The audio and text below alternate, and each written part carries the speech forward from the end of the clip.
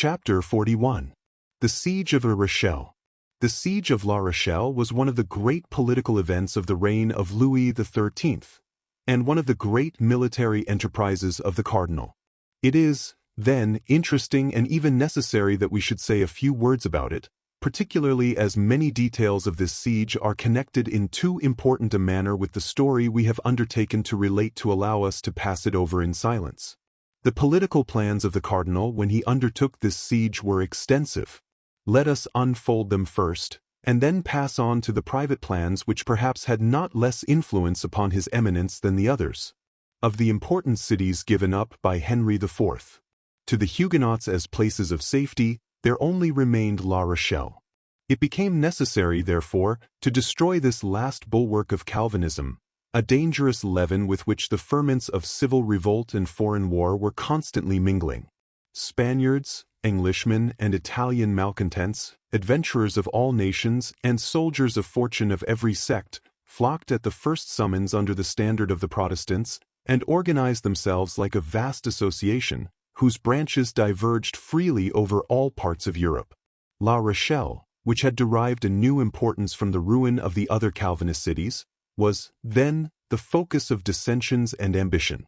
Moreover, its port was the last in the kingdom of France open to the English, and by closing it against England, our eternal enemy, the cardinal completed the work of Joan of Arc and the Duc de Guise.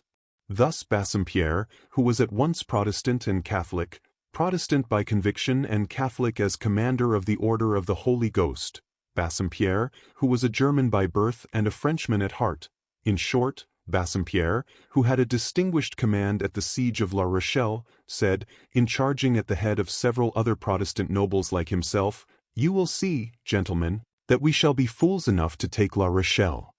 And Bassompierre was right. The cannonade of the Isle of Rye presaged to him the dragonnades of the Savon. The taking of La Rochelle was the preface to the revocation of the Edict of Nantes.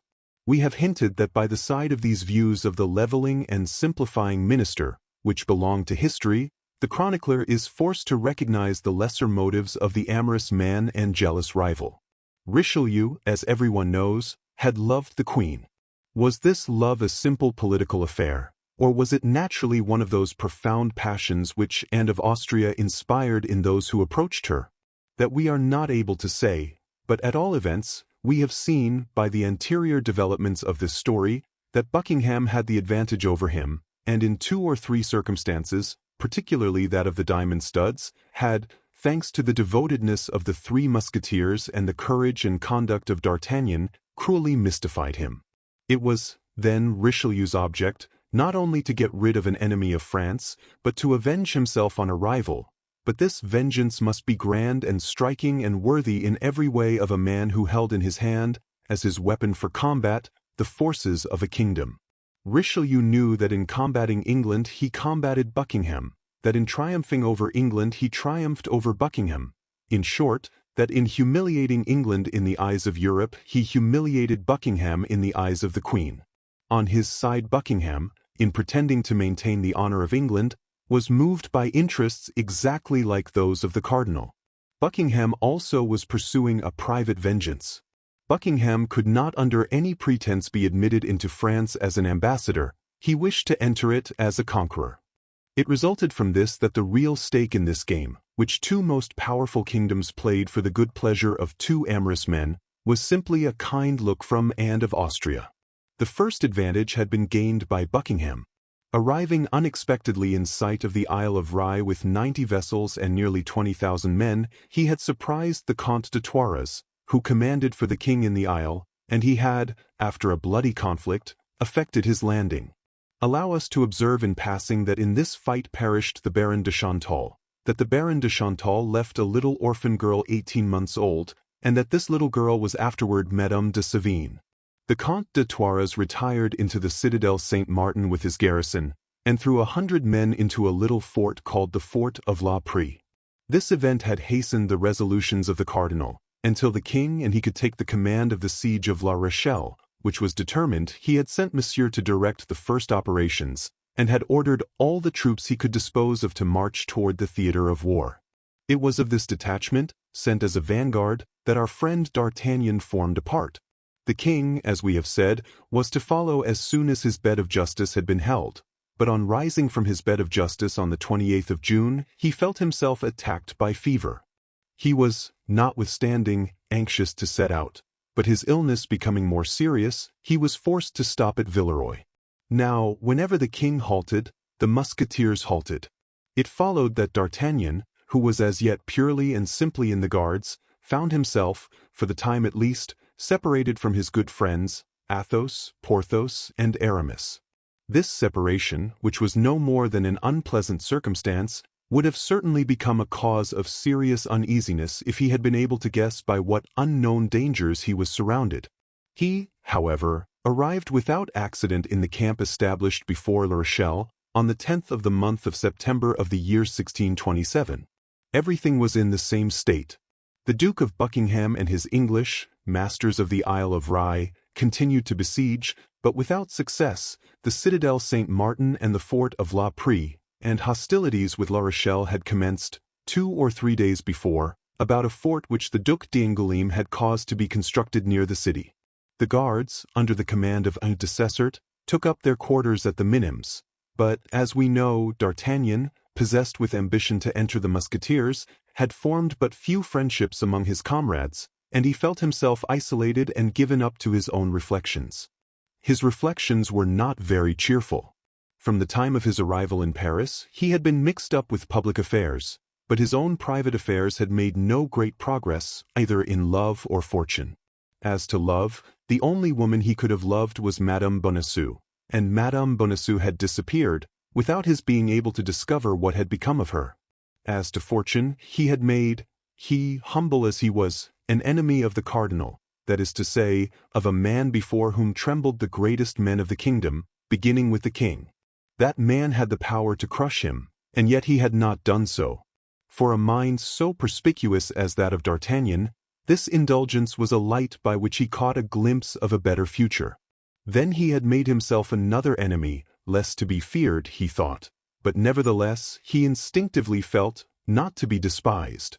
This enemy was Milady.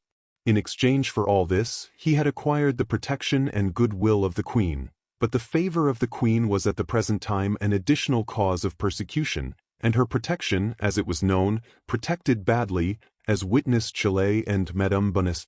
What he had clearly gained in all this was the diamond, worth 5,000 or 6,000 livres, which he wore on his finger, and even this diamond, supposing that D'Artagnan, in his projects of ambition, wished to keep it, to make it someday a pledge for the gratitude of the Queen, had not in the meanwhile, since he could not part with it, more value than the gravel he trod under his feet. We say the gravel he trod under his feet, for D'Artagnan made these reflections while walking solitarily along a pretty little road which led from the camp to the village of Angoulême. Now, these reflections had led him further than he intended, and the day was beginning to decline when, by the last ray of the setting sun, he thought he saw the barrel of a musket glitter from behind a hedge. D'Artagnan had a quick eye and a prompt understanding. He comprehended that the musket had not come there of itself, and that he who bore it had not concealed himself behind a hedge with any friendly intentions. He determined, therefore, to direct his course as clear from it as he could when, on the opposite side of the road, from behind a rock, he perceived the extremity of another musket. This was evidently an ambuscade.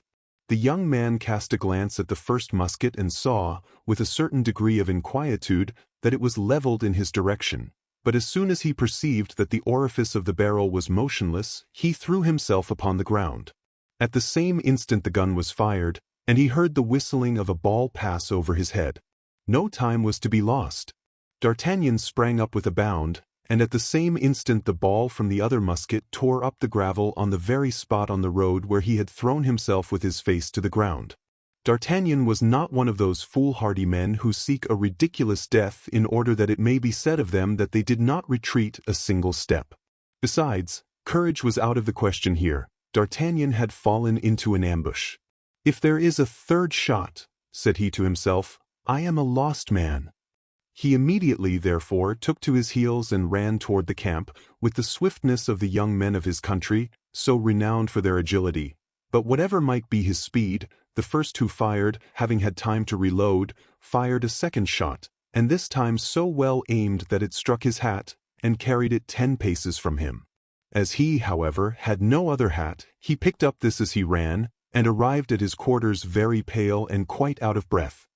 He sat down without saying a word to anybody, and began to reflect. This event might have 3 causes. The first and the most natural was that it might be an ambuscade of the Rochellais, who might not be sorry to kill one of His Majesty's guards, because it would be an enemy the less, and this enemy might have a well-furnished purse in his pocket. D'Artagnan took his hat, examined the hole made by the ball, and shook his head. The ball was not a musket ball, it was an arquebus ball. The accuracy of the aim had first given him the idea that a special weapon had been employed. This could not, then, be a military ambuscade, as the ball was not of the regular caliber. This might be a kind remembrance of Monsieur the Cardinal. It may be observed that at the very moment when, thanks to the ray of the sun, he perceived the gun barrel, he was thinking with astonishment on the forbearance of His Eminence with respect to him. But D'Artagnan again shook his head. For people toward whom he had but to put forth his hand, His Eminence had rarely recourse to such means. It might be a vengeance of Milady, that was most probable. He tried in vain to remember the faces or dress of the assassins. He had escaped so rapidly that he had not had leisure to notice anything. "Ah, my poor friends," murmured D'Artagnan, "where are you? And that you should fail me." D'Artagnan passed a very bad night. 3 or 4 times he started up, imagining that a man was approaching his bed for the purpose of stabbing him. Nevertheless, day dawned without darkness having brought any accident. But D'Artagnan well suspected that that which was deferred was not relinquished. D'Artagnan remained all day in his quarters, assigning as a reason to himself that the weather was bad. At 9 o'clock the next morning, the drums beat to arms. The Duc d'Orléans visited the posts. The guards were under arms, and D'Artagnan took his place in the midst of his comrades. Monsieur passed along the front of the line. Then all the superior officers approached him to pay their compliments, Dessessart, captain of the guards, as well as the others. At the expiration of a minute or 2, it appeared to D'Artagnan that Dessessart made him a sign to approach. He waited for a fresh gesture on the part of his superior, for fear he might be mistaken, but this gesture being repeated, he left the ranks, and advanced to receive orders. "Monsieur is about to ask for some men of good will for a dangerous mission, but one which will do honor to those who shall accomplish it, and I made you a sign in order that you might hold yourself in readiness." "Thanks, my captain," replied D'Artagnan, who wished for nothing better than an opportunity to distinguish himself under the eye of the lieutenant general. In fact, the Rochellais had made a sortie during the night, and had retaken a bastion of which the royal army had gained possession 2 days before. The matter was to ascertain, by reconnoitering, how the enemy guarded this bastion. At the end of a few minutes Monsieur raised his voice, and said, "I want for this mission 3 or 4 volunteers, led by a man who can be depended upon." "As to the man to be depended upon, I have him under my hand, monsieur," said Dessessart, pointing to D'Artagnan, "and as to the 4 or 5 volunteers, monsieur has but to make his intentions known, and the men will not be wanting." "4 men of good will who will risk being killed with me," said D'Artagnan, raising his sword. 2 of his comrades of the guards immediately sprang forward, and 2 other soldiers having joined them, the number was deemed sufficient. D'Artagnan declined all others, being unwilling to take the first chance from those who had the priority. It was not known whether, after the taking of the bastion, the Rochellais had evacuated it or left a garrison in it. The object then was to examine the place near enough to verify the reports. D'Artagnan set out with his 4 companions, and followed the trench. The 2 guards marched abreast with him, and the 2 soldiers followed behind. They arrived thus, screened by the lining of the trench, till they came within 100 paces of the bastion. There, on turning round, D'Artagnan perceived that the 2 soldiers had disappeared. He thought that, beginning to be afraid, they had stayed behind, and he continued to advance. At the turning of the Countess Carpe, they found themselves within about 60 paces of the bastion. They saw no one, and the bastion seemed abandoned. The 3 composing our forlorn hope were deliberating whether they should proceed any further, when all at once a circle of smoke enveloped the giant of stone, and a dozen balls came whistling around D'Artagnan and his companions. They knew all they wished to know. The bastion was guarded. A longer stay in this dangerous spot would have been useless imprudence. D'Artagnan and his two companions turned their backs, and commenced a retreat which resembled a flight. On arriving at the angle of the trench which was to serve them as a rampart, one of the guardsmen fell. A ball had passed through his breast. The other, who was safe and sound, continued his way toward the camp. D'Artagnan was not willing to abandon his companion thus, and stooped to raise him and assist him in regaining the lines. But at this moment 2 shots were fired. One ball struck the head of the already wounded guard, and the other flattened itself against a rock, after having passed within 2 inches of D'Artagnan. The young man turned quickly round, for this attack could not have come from the bastion, which was hidden by the angle of the trench. The idea of the 2 soldiers who had abandoned him occurred to his mind, and with them he remembered the assassins of 2 evenings before. He resolved this time to know with whom he had to deal, and fell upon the body of his comrade as if he were dead. He quickly saw 2 heads appear above an abandoned work within 30 paces of him. They were the heads of the 2 soldiers. D'Artagnan had not been deceived. These 2 men had only followed for the purpose of assassinating him, hoping that the young man's death would be placed to the account of the enemy. As he might be only wounded and might denounce their crime, they came up to him with the purpose of making sure. Fortunately, deceived by D'Artagnan's trick, they neglected to reload their guns. When they were within 10 paces of him, D'Artagnan, who in falling had taken care not to let go his sword, sprang up close to them. The assassins comprehended that if they fled toward the camp without having killed their man, they should be accused by him. Therefore their first idea was to join the enemy. One of them took his gun by the barrel, and used it as he would a club. He aimed a terrible blow at D'Artagnan, who avoided it by springing to one side, but by this movement he left a passage free to the bandit, who darted off toward the bastion. As the Rochellais who guarded the bastion were ignorant of the intentions of the man they saw coming toward them, they fired upon him, and he fell, struck by a ball which broke his shoulder. Meantime D'Artagnan had thrown himself upon the other soldier, attacking him with his sword. The conflict was not long. The wretch had nothing to defend himself with but his discharged arquebus. The sword of the guardsman slipped along the barrel of the now useless weapon, and passed through the thigh of the assassin, who fell. D'Artagnan immediately placed the point of his sword at his throat. "Oh, do not kill me!" cried the bandit. Pardon, my officer, and I will tell you all." "Is your secret of enough importance to me to spare your life for it?" asked the young man, withholding his arm. "Yes, if you think existence worth anything to a man of 20 as you are, and who may hope for everything, being handsome and brave as you are." "Wretch," cried D'Artagnan, "speak quickly. Who employed you to assassinate me?" "A woman whom I don't know, but who is called Milady." "But if you don't know this woman, how do you know her name?" "My comrade knows her, and called her so. It was with him she agreed, and not with me. He even has in his pocket a letter from that person, who attaches great importance to you, as I have heard him say." "But how did you become concerned in this villainous affair?" "He proposed to me to undertake it with him, and I agreed." "And how much did she give you for this fine enterprise?" 100 louis. "Well, come," said the young man, laughing, "she thinks I am worth something." 100 louis?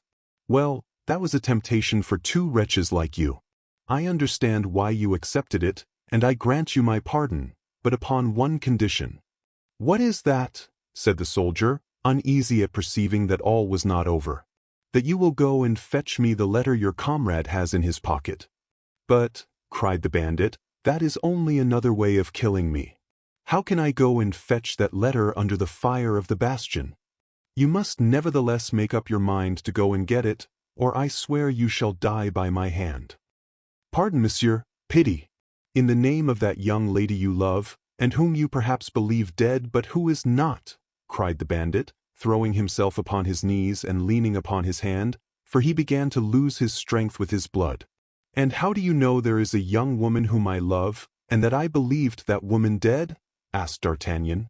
"By that letter which my comrade has in his pocket." "You see, then," said D'Artagnan, "that I must have that letter. So no more delay, no more hesitation. or else whatever may be my repugnance to soiling my sword a second time with the blood of a wretch like you, I swear by my faith as an honest man." And at these words D'Artagnan made so fierce a gesture that the wounded man sprang up. "Stop, stop," cried he, regaining strength by force of terror. "I will go, I will go." D'Artagnan took the soldier's arquebus, made him go on before him, and urged him toward his companion by pricking him behind with his sword. It was a frightful thing to see this wretch, leaving a long track of blood on the ground he passed over, pale with approaching death, trying to drag himself along without being seen to the body of his accomplice, which lay 20 paces from him. Terror was so strongly painted on his face, covered with a cold sweat, that D'Artagnan took pity on him, and casting upon him a look of contempt, "Stop," said he, "I will show you the difference between a man of courage and such a coward as you. Stay where you are, I will go myself." And with a light step, an eye on the watch, observing the movements of the enemy and taking advantage of the accidents of the ground, D'Artagnan succeeded in reaching the second soldier. There were two means of gaining his object: to search him on the spot, or to carry him away, making a buckler of his body, and search him in the trench. D'Artagnan preferred the second means, and lifted the assassin onto his shoulders at the moment the enemy fired. A slight shock, the dull noise of 3 balls which penetrated the flesh, a last cry, a convulsion of agony, proved to D'Artagnan that the would-be assassin had saved his life. D'Artagnan regained the trench, and threw the corpse beside the wounded man, who was as pale as death. Then he began to search. A leather pocketbook, a purse, in which was evidently a part of the sum which the bandit had received, with a dice box and dice, completed the possessions of the dead man. He left the box and dice where they fell, threw the purse to the wounded man, and eagerly opened the pocketbook. Among some unimportant papers he found the following letter, that which he had sought at the risk of his life. "Since you have lost sight of that woman and she is now in safety in the convent, which you should never have allowed her to reach, try, at least, not to miss the man. If you do, you know that my hand stretches far, and that you shall pay very dearly for the 100 louis you have from me." No signature. Nevertheless, it was plain the letter came from Milady. He consequently kept it as a piece of evidence, and being in safety behind the angle of the trench, he began to interrogate the wounded man. He confessed that he had undertaken with his comrade, the same who was killed, to carry off a young woman who was to leave Paris by the Barrière de la Villette, but having stopped to drink at a cabaret, they had missed the carriage by 10 minutes. "But what were you to do with that woman?" asked D'Artagnan, with anguish. "We were to have conveyed her to a hotel in the Place Royale," said the wounded man. "Yes, yes," murmured D'Artagnan, "that's the place, Milady's own residence." Then the young man tremblingly comprehended what a terrible thirst for vengeance urged this woman on to destroy him, as well as all who loved him, and how well she must be acquainted with the affairs of the court, since she had discovered all. There could be no doubt she owed this information to the cardinal. But amid all this he perceived, with a feeling of real joy, that the queen must have discovered the prison in which poor Madame Bonacieux was explaining her devotion, and that she had freed her from that prison, and the letter he had received from the young woman, and her passage along the road of Chaillot like an apparition, were now explained. Then also, as Athos had predicted, it became possible to find Madame Bonacieux, and a convent was not impregnable. This idea completely restored clemency to his heart.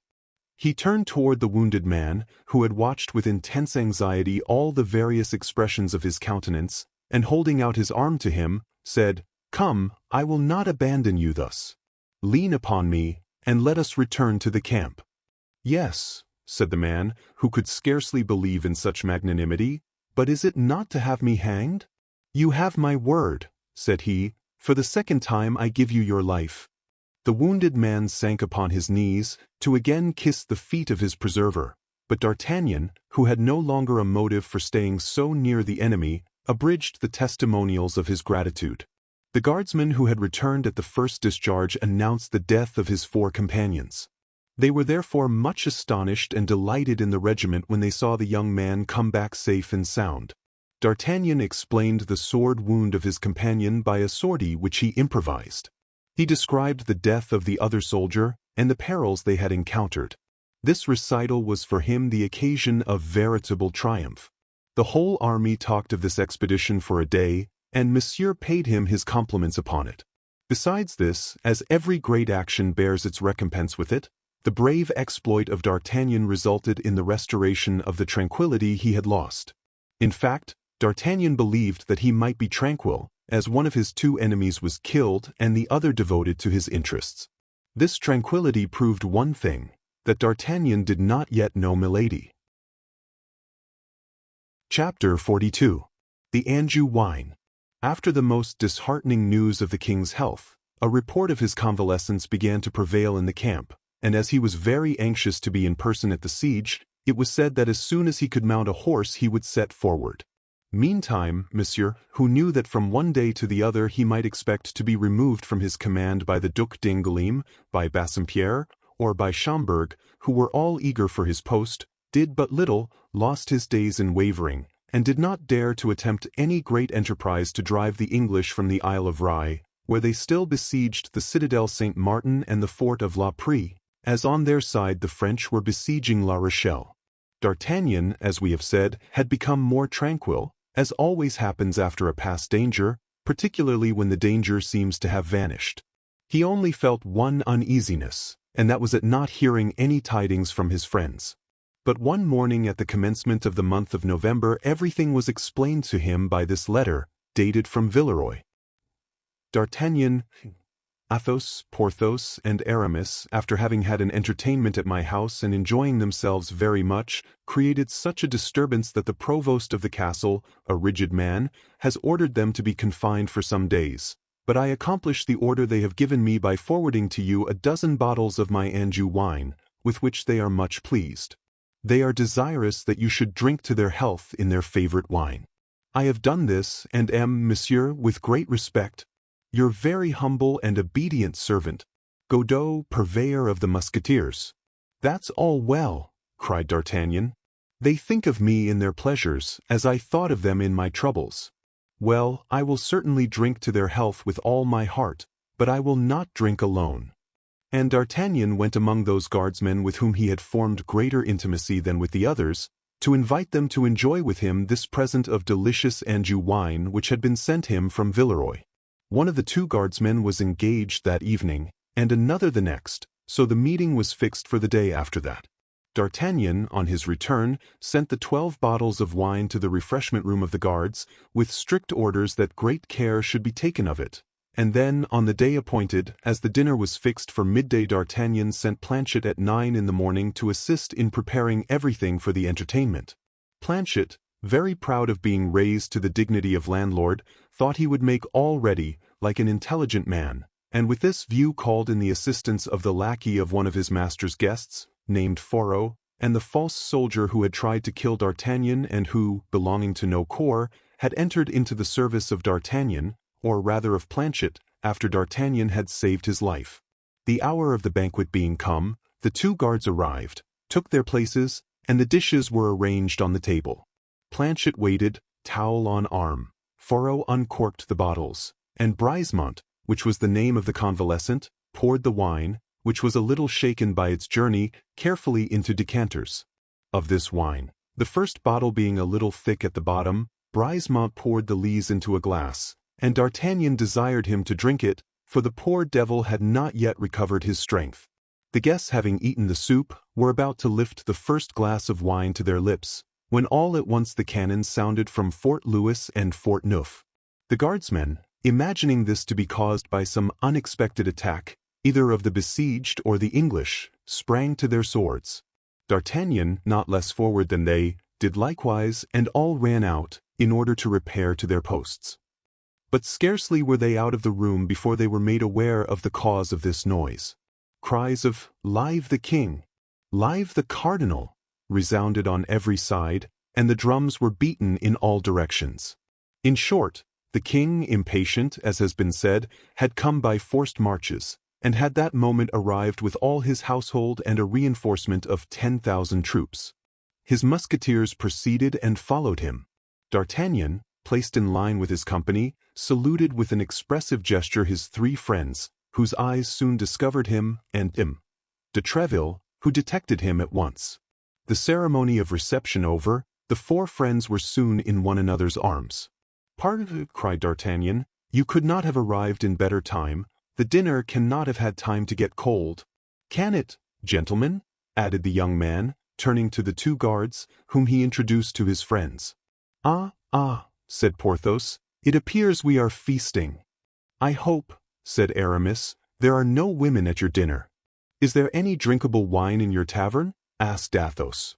"Well, pardieu, there is yours, my dear friend," replied D'Artagnan. "Our wine?" said Athos, astonished. "Yes, that you sent me." "We sent you wine?" "You know very well, the wine from the hills of Anjou." "Yes, I know what brand you are talking about." "The wine you prefer." "Well, in the absence of champagne and Chambertin, you must content yourselves with that. And so, connoisseurs in wine as we are, we have sent you some Anjou wine?" said Porthos. "Not exactly, it is the wine that was sent by your order." "On our account?" said the three Musketeers.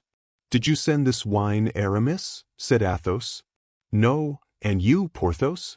"No, and you, Athos?" "No. If it was not you, it was your purveyor," said D'Artagnan. "Our purveyor?" "Yes, your purveyor, Godot, the purveyor of the Musketeers." "My faith! Never mind where it comes from," said Porthos. "Let us taste it, and if it is good, let us drink it." "No," said Athos, "don't let us drink wine which comes from an unknown source." "You are right, Athos," said D'Artagnan. "Did none of you charge your purveyor, Godot, to send me some wine?" "No. And yet you say he has sent you some as from us?" "Here is his letter," said D'Artagnan, and he presented the note to his comrades. "This is not his writing," said Athos. "I am acquainted with it. Before we left Villeroy I settled the accounts of the regiment." "A false letter altogether," said Porthos. "We have not been disciplined." "D'Artagnan," said Aramis in a reproachful tone, "how could you believe that we had made a disturbance?" D'Artagnan grew pale, and a convulsive trembling shook all his limbs. "Thou alarmest me," said Athos, who never used thee and thou but upon very particular occasions. "What has happened?" "Look you, my friends," cried D'Artagnan, "a horrible suspicion crosses my mind. Can this be another vengeance of that woman?" It was now Athos who turned pale. D'Artagnan rushed toward the refreshment room, the three Musketeers and the two guards following him. The first object that met the eyes of D'Artagnan on entering the room was Brisemont, stretched upon the ground and rolling in horrible convulsions. Planchet and Fourreau, as pale as death, were trying to give him succor, but it was plain that all assistance was useless. All the features of the dying man were distorted with agony. "Ah," cried he on perceiving D'Artagnan, "this is frightful. You pretend to pardon me, and you poison me." "I," cried D'Artagnan. "I, wretch? What do you say?" "I say that it was you who gave me the wine. I say that it was you who desired me to drink it. I say you wish to avenge yourself on me, and I say that it is horrible." "Do not think so, Brisemont," said D'Artagnan. "Do not think so." "I swear to you, I protest." "Oh, but God is above. God will punish you. My God, grant that he may one day suffer what I suffer." "Upon the gospel," said D'Artagnan, throwing himself down by the dying man, "I swear to you that the wine was poisoned and that I was going to drink of it as you did." "I do not believe you," cried the soldier, and he expired amid horrible tortures. "Frightful, frightful," murmured Athos, while Porthos broke the bottles and Aramis gave orders, a little too late, that a confessor should be sent for. "Oh, my friends," said D'Artagnan, "you come once more to save my life, not only mine but that of these gentlemen. Gentlemen," continued he, addressing the guardsmen, "I request you will be silent with regard to this adventure. Great personages may have had a hand in what you have seen, and if talked about, the evil would only recoil upon us." "Ah, monsieur," stammered Planchet, more dead than alive. "Ah, monsieur, what an escape I have had." "How, sirrah? You were going to drink my wine?" "To the health of the king, monsieur. I was going to drink a small glass of it if Fourreau had not told me I was called." "Alas," said Fourreau, whose teeth chattered with terror, "I wanted to get him out of the way that I might drink myself." "Gentlemen," said D'Artagnan, addressing the guardsmen, You may easily comprehend that such a feast can only be very dull after what has taken place, so accept my excuses, and put off the party till another day, I beg of you." The two guardsmen courteously accepted D'Artagnan's excuses, and perceiving that the four friends desired to be alone, retired. When the young guardsman and the three musketeers were without witnesses, they looked at one another with an air which plainly expressed that each of them perceived the gravity of their situation. "In the first place," said Athos, "let us leave this chamber. The dead are not agreeable company, particularly when they have died a violent death." "Planchet," said D'Artagnan, "I commit the corpse of this poor devil to your care. Let him be interred in holy ground. He committed a crime, it is true, but he repented of it." And the four friends quit the room, leaving to Planchet and Fourreau the duty of paying mortuary honors to Brisemont. The host gave them another chamber, and served them with fresh eggs and some water, which Athos went himself to draw at the fountain. In a few words, Porthos and Aramis were posted as to the situation. "Well," said D'Artagnan to Athos, "you see, my dear friend, that this is war to the death." Athos shook his head. "Yes, yes," replied he, "I perceive that plainly, but do you really believe it is she?" "I am sure of it." "Nevertheless, I confess I still doubt." "But the fleur-de-lis on her shoulder?" "She is some Englishwoman who has committed a crime in France, and has been branded in consequence." "Athos, she is your wife, I tell you," repeated D'Artagnan. "Only reflect how much the two descriptions resemble each other." "Yes, but I should think the other must be dead, I hanged her so effectually." It was D'Artagnan who now shook his head in his turn.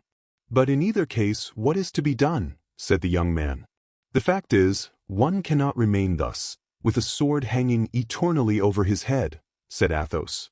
"We must extricate ourselves from this position." "But how?" "Listen. You must try to see her, and have an explanation with her. Say to her, 'Peace or war?' My word as a gentleman never to say anything of you, never to do anything against you. On your side, a solemn oath to remain neutral with respect to me. If not, I will apply to the Chancellor, I will apply to the King, I will apply to the hangman, I will move the courts against you, I will denounce you as branded, I will bring you to trial, and if you are acquitted, well, by the faith of a gentleman, I will kill you at the corner of some wall as I would a mad dog." "I like the means well enough," said D'Artagnan, "but where and how to meet with her?" "Time, dear friend, time brings round opportunity. Opportunity is the martingale of man. The more we have ventured the more we gain, when we know how to wait." "Yes, but to wait surrounded by assassins and poisoners." "Bah," said Athos. "God has preserved us hitherto, God will preserve us still. Besides, we are men, and everything considered, it is our lot to risk our lives. But she?" asked he in an undertone. "What she?" asked Athos. "Constance." "Madame Bonacieux." "Ah, that's true," said Athos. "My poor friend, I had forgotten you were in love." "Well, but," said Aramis, "have you not learned by the letter you found on the wretched corpse that she is in a convent? One may be very comfortable in a convent, and as soon as the siege of La Rochelle is terminated, I promise you on my part—" "Good," cried Athos, "good. Yes, my dear Aramis, we all know that your views have a religious tendency." "I am only temporarily a musketeer," said Aramis, humbly. "It is some time since we heard from his mistress," said Athos in a low voice. "But take no notice, we know all about that." "Well," said Porthos, "it appears to me that the means are very simple." "What?" asked D'Artagnan. "You say she is in a convent?" replied Porthos. "Yes." "Very well. As soon as the siege is over, we'll carry her off from that convent. But we must first learn what convent she is in." "That's true," said Porthos. "But I think I have it," said Athos. "Don't you say, dear D'Artagnan, that it is the queen who has made choice of the convent for her?" "I believe so, at least." "In that case Porthos will assist us." "And how so, if you please?" "Why, by your marchioness, your duchess, your princess. She must have a long arm." "Hush," said Porthos, placing a finger on his lips. "I believe her to be a cardinalist. She must know nothing of the matter." "Then," said Aramis, "I take upon myself to obtain intelligence of her." "You, Aramis?" cried the three friends. "And how?" "By the Queen's almoner, to whom I am very intimately allied," said Aramis, coloring. And on this assurance, the four friends, who had finished their modest repast, separated, with the promise of meeting again that evening. D'Artagnan returned to less important affairs, and the three Musketeers repaired to the king's quarters, where they had to prepare their lodging. Chapter 43. The Sign of the Red Dovecote. Meanwhile the king, who, with more reason than the cardinal, showed his hatred for Buckingham, although scarcely arrived, was in such a haste to meet the enemy that he commanded every disposition to be made to drive the English from the Isle of Rye, and afterward to press the siege of La Rochelle. But notwithstanding his earnest wish, he was delayed by the dissensions which broke out between Bassompierre and Schomberg, against the Duc d'Angoulême. Bassompierre and Schomberg were marshals of France, and claimed their right of commanding the army under the orders of the king, but the cardinal, who feared that Bassompierre, a Huguenot at heart, might press but feebly the English and Rochellese, his brothers in religion, supported the Duc d'Angoulême, whom the king, at his instigation, had named lieutenant general. The result was that to prevent Bassompierre and Schomberg from deserting the army, a separate command had to be given to each. Bassompierre took up his quarters on the north of the city, between Leu and Dampierre, the Duc d'Angoulême on the east, from Dampierre to Périgny, and de Schomberg on the south, from Périgny to Angoulême. The quarters of Monsieur were at Dampierre. The quarters of the king were sometimes at Estrie, sometimes at Jarry. The cardinal's quarters were upon the downs, at the bridge of La Pierre, in a simple house without any entrenchment. So that Monsieur watched Bassompierre, the king, the Duc d'Angoulême, and the cardinal de Schomberg. As soon as this organization was established, they set about driving the English from the Isle. The juncture was favorable. The English, who require, above everything, good living in order to be good soldiers, only eating salt meat and bad biscuit, had many invalids in their camp. Still further, the sea, very rough at this period of the year all along the sea coast, destroyed every day some little vessel, and the shore, from the point of Aiguillon to the trenches, was at every tide literally covered with the wrecks of pinnacles, roberges, and feluccas. The result was that even if the king's troops remained quietly in their camp, it was evident that some day or other, Buckingham, who only continued in the Isle from obstinacy, would be obliged to raise the siege. But as de Thouars gave information that everything was preparing in the enemy's camp for a fresh assault, the king judged that it would be best to put an end to the affair, and gave the necessary orders for a decisive action. As it is not our intention to give a journal of the siege, but on the contrary only to describe such of the events of it as are connected with the story we are relating, we will content ourselves with saying in 2 words that the expedition succeeded, to the great astonishment of the king and the great glory of the cardinal. The English, repulsed foot by foot, beaten in all encounters, and defeated in the passage of the Isle of Loire, were obliged to re-embark, leaving on the field of battle 2,000 men, among whom were 5 colonels, 3 lieutenant colonels, 250 captains, 20 gentlemen of rank, for pieces of cannon, and 60 flags, which were taken to Paris by Claude de Saint-Simon, and suspended with great pomp in the arches of Notre Dame. Te Deums were chanted in camp, and afterward throughout France. The cardinal was left free to carry on the siege, without having, at least at the present, anything to fear on the part of the English. But it must be acknowledged, this response was but momentary.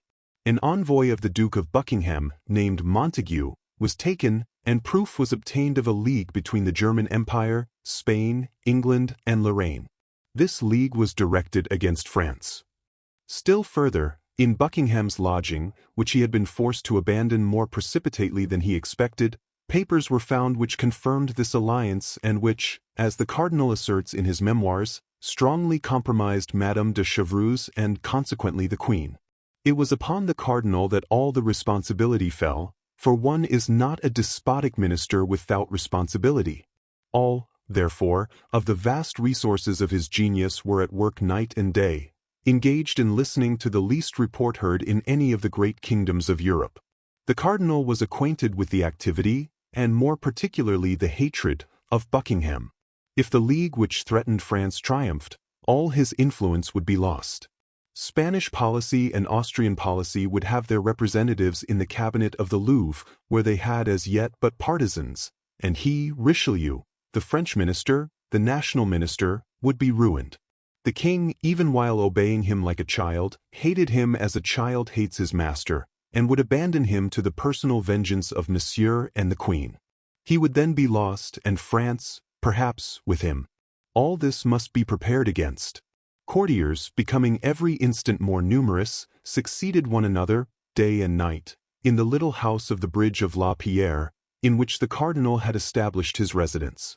There were monks who wore the frock with such an ill grace that it was easy to perceive they belonged to the church militant, women a little inconvenienced by their costume as pages and whose large trousers could not entirely conceal their rounded forms, and peasants with blackened hands but with fine limbs, savoring of the man of quality a league off.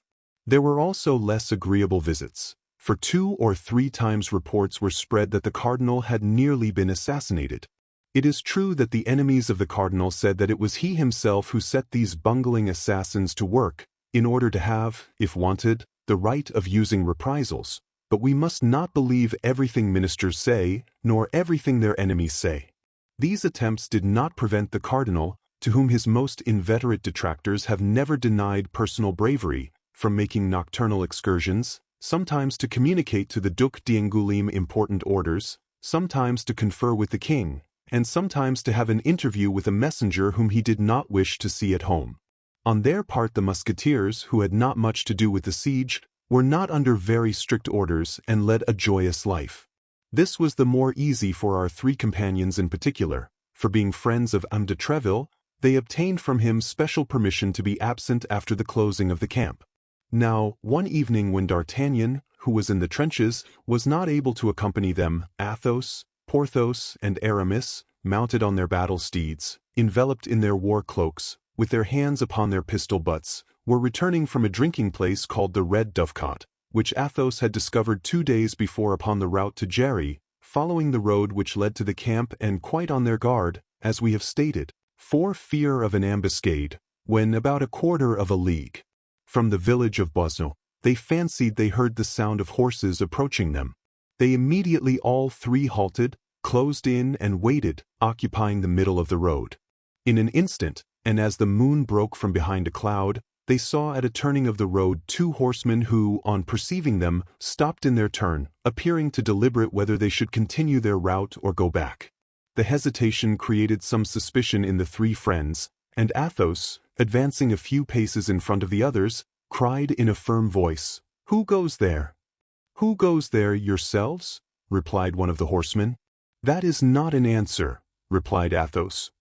"Who goes there? Answer, or we charge." "Beware of what you are about, gentlemen," said a clear voice which seemed accustomed to command. "It is some superior officer making his night rounds," said Athos. "What do you wish, gentlemen?" "Who are you?" said the same voice, in the same commanding tone. "Answer in your turn, or you may repent of your disobedience." "King's Musketeers," said Athos, more and more convinced that he who interrogated them had the right to do so. "What company?" "Company of Treville." "Advance, and give an account of what you are doing here at this hour." The 3 companions advanced rather humbly, for all were now convinced that they had to do with someone more powerful than themselves, leaving Athos the post of speaker. One of the 2 riders, he who had spoken second, was 10 paces in front of his companion. Athos made a sign to Porthos and Aramis also to remain in the rear, and advanced alone.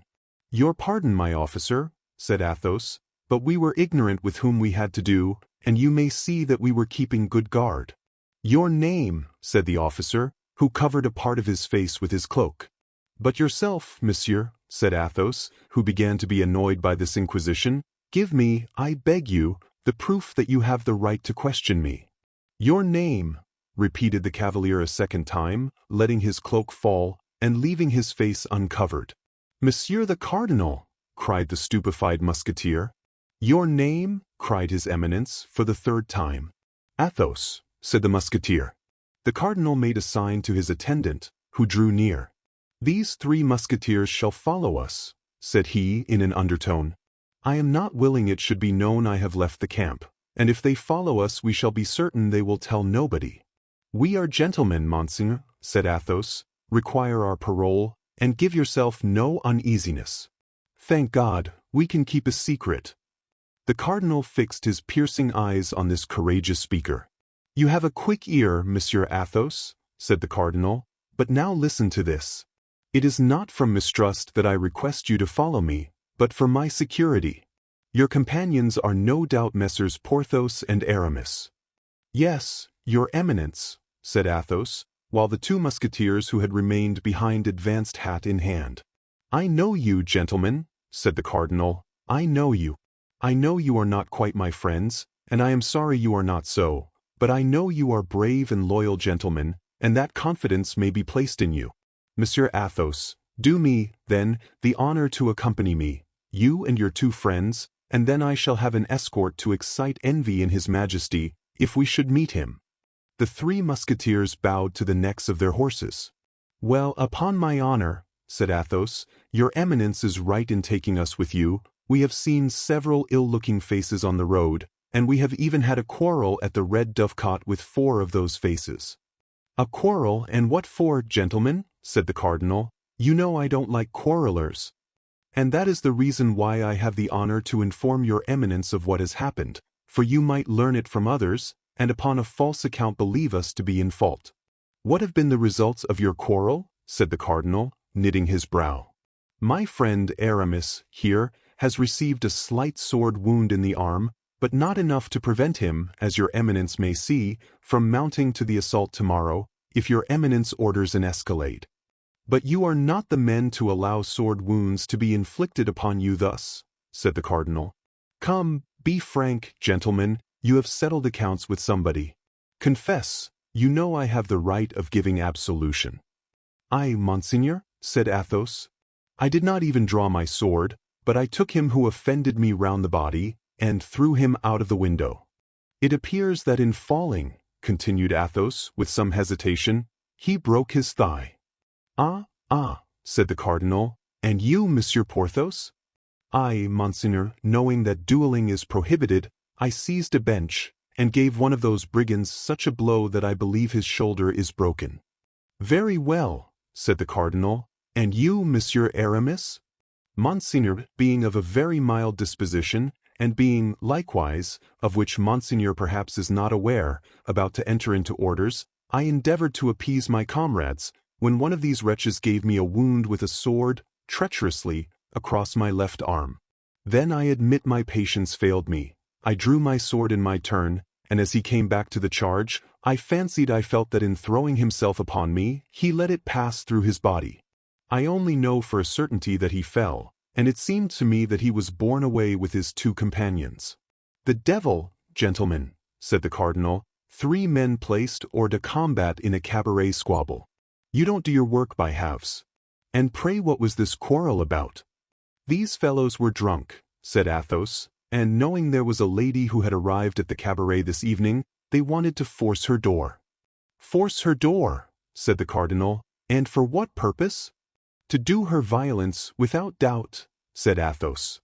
I have had the honor of informing your Eminence that these men were drunk. And was this lady young and handsome? Asked the cardinal, with a certain degree of anxiety. We did not see her, Monseigneur, said Athos. You did not see her? Ah, very well, replied the cardinal quickly. You did well to defend the honor of a woman, and as I am going to the Red Dovecot myself, I shall know if you have told me the truth. Monseigneur, said Athos haughtily, we are gentlemen, and to save our heads we would not be guilty of a falsehood. Therefore I do not doubt what you say, Monsieur Athos, I do not doubt it for a single instant. But, added he, to change the conversation, was this lady alone? The lady had a cavalier shut up with her, said Athos, but as notwithstanding the noise, this cavalier did not show himself, it is to be presumed that he is a coward.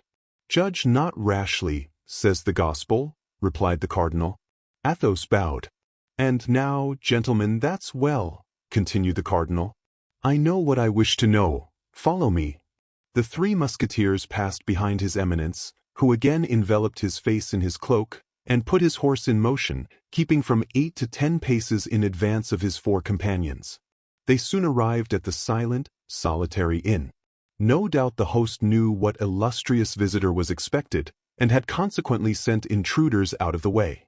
10 paces from the door the cardinal made a sign to his esquire and the 3 musketeers to halt. A saddled horse was fastened to the window shutter. The cardinal knocked 3 times, and in a peculiar manner. A man, enveloped in a cloak, came out immediately and exchanged some rapid words with the cardinal, after which he mounted his horse and set off in the direction of Surgères, which was likewise the way to Paris. "Advance, gentlemen," said the cardinal. "You have told me the truth, my gentlemen," said he, addressing the musketeers, "and it will not be my fault if our encounter this evening be not advantageous to you. In the meantime, follow me." The cardinal alighted. The 3 musketeers did likewise. The cardinal threw the bridle of his horse to his esquire. The 3 musketeers fastened the horses to the shutters. The host stood at the door. For him, the cardinal was only an officer coming to visit a lady. "Have you any chamber on the ground floor where these gentlemen can wait near a good fire?" said the cardinal. The host opened the door of a large room, in which an old stove had just been replaced by a large and excellent chimney. "I have this," said he. "That will do," replied the cardinal. "Enter, gentlemen, and be kind enough to wait for me. I shall not be more than half an hour." And while the 3 musketeers entered the ground floor room, the cardinal, without asking further information, ascended the staircase like a man who has no need of having his road pointed out to him. Chapter 44. The Utility of Stovepipes. It was evident that without suspecting it, and actuated solely by their chivalrous and adventurous character, our 3 friends had just rendered a service to someone the cardinal honored with his special protection. Now, who was that someone? That was the question the 3 musketeers put to one another. Then, seeing that none of their replies could throw any light on the subject, Porthos called the host and asked for dice. Porthos and Aramis placed themselves at the table and began to play. Athos walked about in a contemplative mood. While thinking and walking, Athos passed and repassed before the pipe of the stove, broken in halves, the other extremity passing into the chamber above, and every time he passed and repassed he heard a murmur of words, which at length fixed his attention.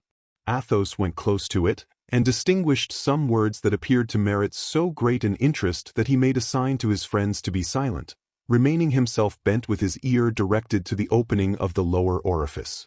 "Listen, milady," said the cardinal, "the affair is important. Sit down and let us talk it over." "Milady," murmured Athos. "I listen to your eminence with greatest attention," replied a female voice which made the musketeers start.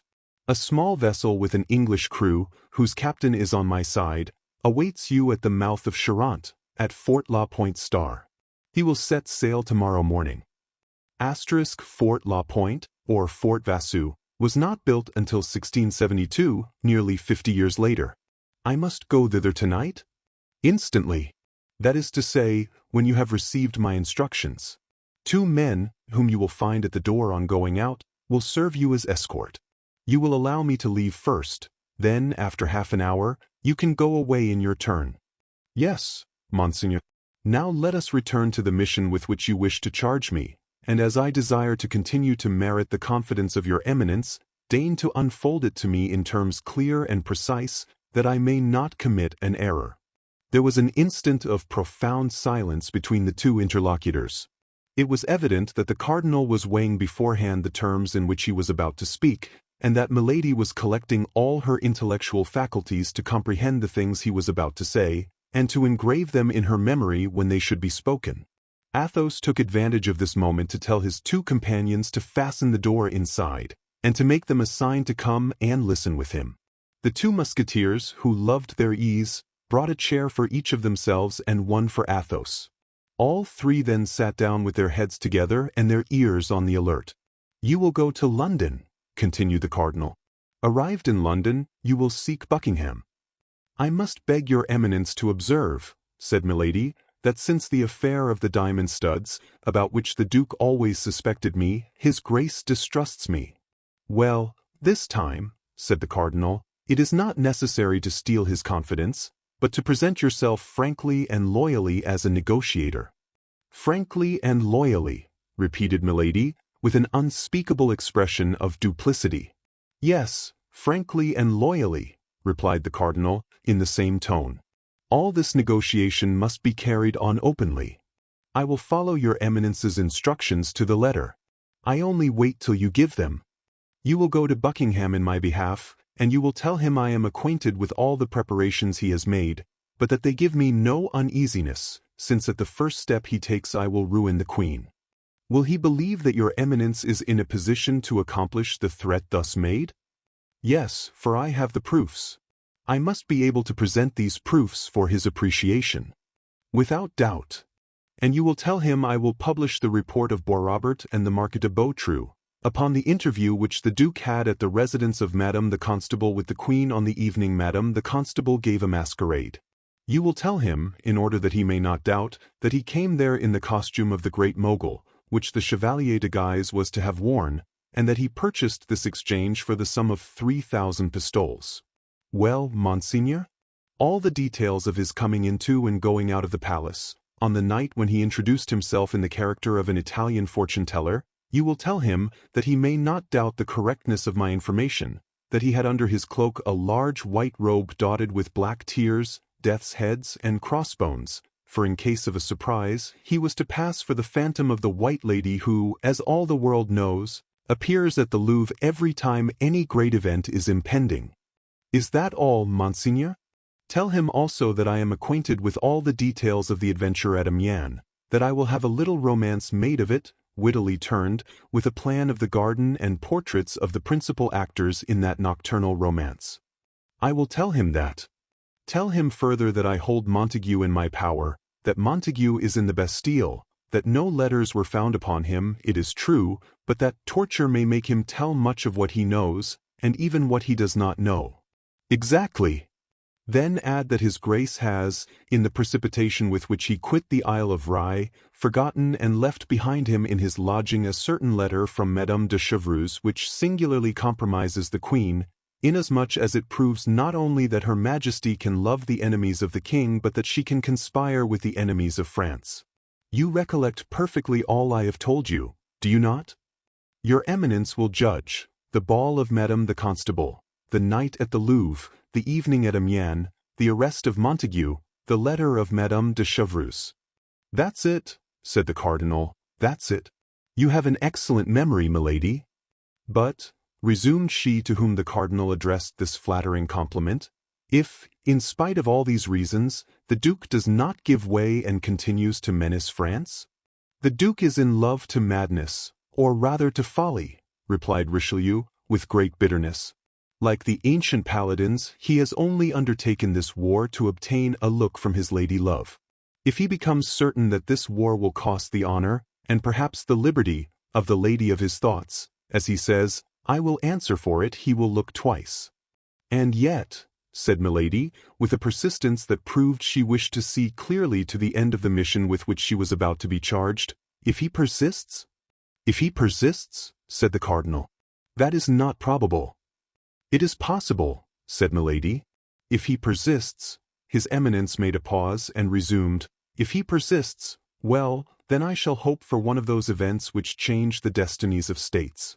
If your Eminence would quote to me some one of these events in history, said Milady, perhaps I should partake of your confidence as to the future.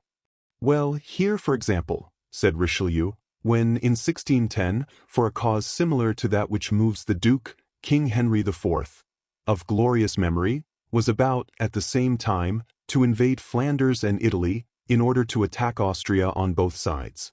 Well, did there not happen an event which saved Austria? Why should not the King of France have the same chance as the Emperor? Your Eminence means, I presume, the knife stab in the Rue de la Ferronnerie? Precisely, said the cardinal. Does not your Eminence fear that the punishment inflicted upon Ravaillac may deter anyone who might entertain the idea of imitating him? There will be, in all times and in all countries, particularly if religious divisions exist in those countries, fanatics who ask nothing better than to become martyrs. And observe, it just occurs to me that the Puritans are furious against Buckingham, and their preachers designate him as the Antichrist. Well, said Milady. Well, continued the cardinal in an indifferent tone, the only thing to be sought for at this moment is some woman, handsome, young, and clever, who has cause of quarrel with the Duke. The Duke has had many affairs of gallantry, and if he has fostered his amours by promises of eternal constancy, he must likewise have sown the seeds of hatred by his eternal infidelities. No doubt, said Milady coolly, such a woman may be found. Well, such a woman, who would place the knife of Jacques Clement or of Ravaillac in the hands of a fanatic, would save France. Yes, but she would then be the accomplice of an assassination. Were the accomplices of Ravaillac or of Jacques Clement ever known? No, for perhaps they were too high-placed for anyone to dare look for them where they were. The Palace of Justice would not be burned down for everybody, Monseigneur. You think, then, that the fire at the Palace of Justice was not caused by chance? Asked Richelieu, in the tone with which he would have put a question of no importance. I, Monseigneur, replied Milady. I think nothing. I quote a fact, that is all. Only I say that if I were named Madame de Montpensier, or the Queen Marie de Medicis, I should use less precautions than I take, being simply called Milady Cleric. That is just, said Richelieu. What do you require, then? I require an order which would ratify beforehand all that I should think proper to do for the greatest good of France. But in the first place, this woman I have described must be found who is desirous of avenging herself upon the Duke. She is found, said Milady. Then the miserable fanatic must be found who will serve as an instrument of God's justice. He will be found. Well, said the cardinal, then it will be time to claim the order which you just now required. Your Eminence is right, replied Milady, and I have been wrong in seeing in the mission with which you honor me anything but that which it really is, that is, to announce to His Grace, on the part of your Eminence, that you are acquainted with the different disguises by means of which he succeeded in approaching the Queen during the fête given by Madame the Constable, that you have proofs of the interview granted at the Louvre by the Queen to a certain Italian astrologer who was no other than the Duke of Buckingham, that you have ordered a little romance of a satirical nature to be written upon the adventures of Amiens, with a plan of the gardens in which those adventures took place, and portraits of the actors who figured in them, that Montague is in the Bastille, and that the torture may make him say things he remembers, and even things he has forgotten, that you possess a certain letter from Madame de Chevreuse, found in His Grace's lodging, which singularly compromises not only her who wrote it, but her in whose name it was written. Then, if he persists, notwithstanding all this, as that is, as I have said, the limit of my mission, I shall have nothing to do but to pray God to work a miracle for the salvation of France. That is it not, Monseigneur, and I shall have nothing else to do. That is it, replied the cardinal, dryly. And now, said Milady, without appearing to remark the change of the Duke's tone toward her, now that I have received the instructions of your Eminence as concerns your enemies, Monseigneur will permit me to say a few words to him of mine? Have you enemies, then? Asked Richelieu. Yes, Monseigneur, enemies against whom you owe me all your support, for I made them by serving your Eminence. Who are they? Replied the Duke.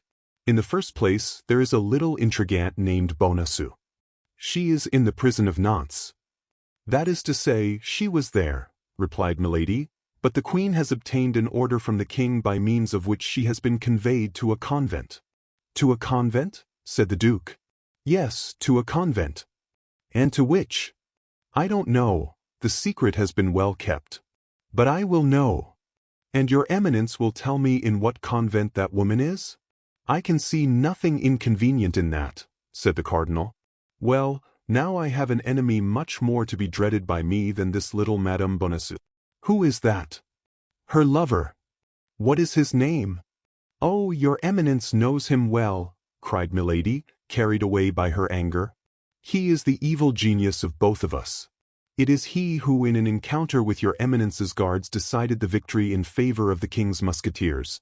It is he who gave 3 desperate wounds to De Wardes, your emissary, and who caused the affair of the diamond studs to fail. It is he who, knowing it was I who had Madame Bonacieux carried off, has sworn my death. Ah, said the cardinal, I know of whom you speak. I mean that miserable D'Artagnan, "He is a bold fellow," said the cardinal. "And it is exactly because he is a bold fellow that he is the more to be feared." "I must have," said the duke, "a proof of his connection with Buckingham." "A proof?" cried Milady. "I will have 10. "Well, then, it becomes the simplest thing in the world. Get me that proof, and I will send him to the Bastille." "So far good, monseigneur, but afterwards?" "When once in the Bastille, there is no afterward," said the cardinal in a low voice. "Ah, pardon," continued he, "if it were as easy for me to get rid of my enemy as it is easy to get rid of yours, and if it were against such people you require impunity." "Monseigneur," replied Milady, "a fair exchange. Life for life, man for man. Give me one, I will give you the other." "I don't know what you mean, nor do I even desire to know what you mean," replied the cardinal, "but I wish to please you, and see nothing out of the way in giving you what you demand with respect to so infamous a creature, the more so as you tell me this D'Artagnan is a libertine, a duellist, and a traitor." "An infamous scoundrel, monseigneur, a scoundrel." "Give me paper, a quill, and some ink, then," said the cardinal. "Here they are, monseigneur." There was a moment of silence, which proved that the cardinal was employed in seeking the terms in which he should write the note, or else in writing it.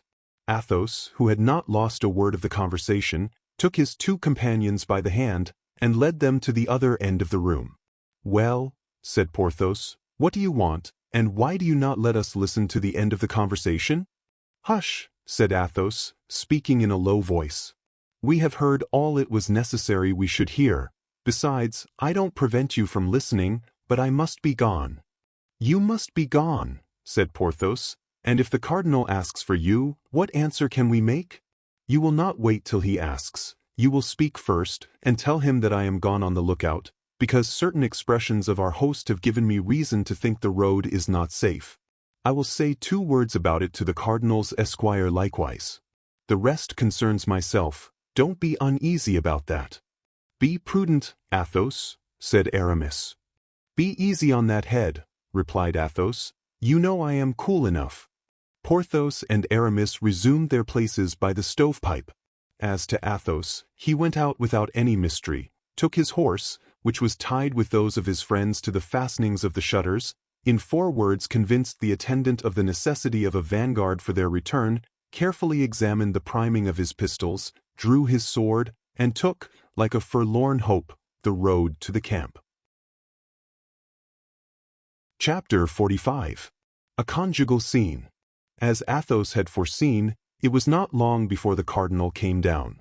He opened the door of the room in which the Musketeers were, and found Porthos playing an earnest game of dice with Aramis.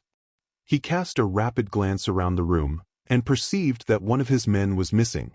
"What has become of Monseigneur Athos?" asked he.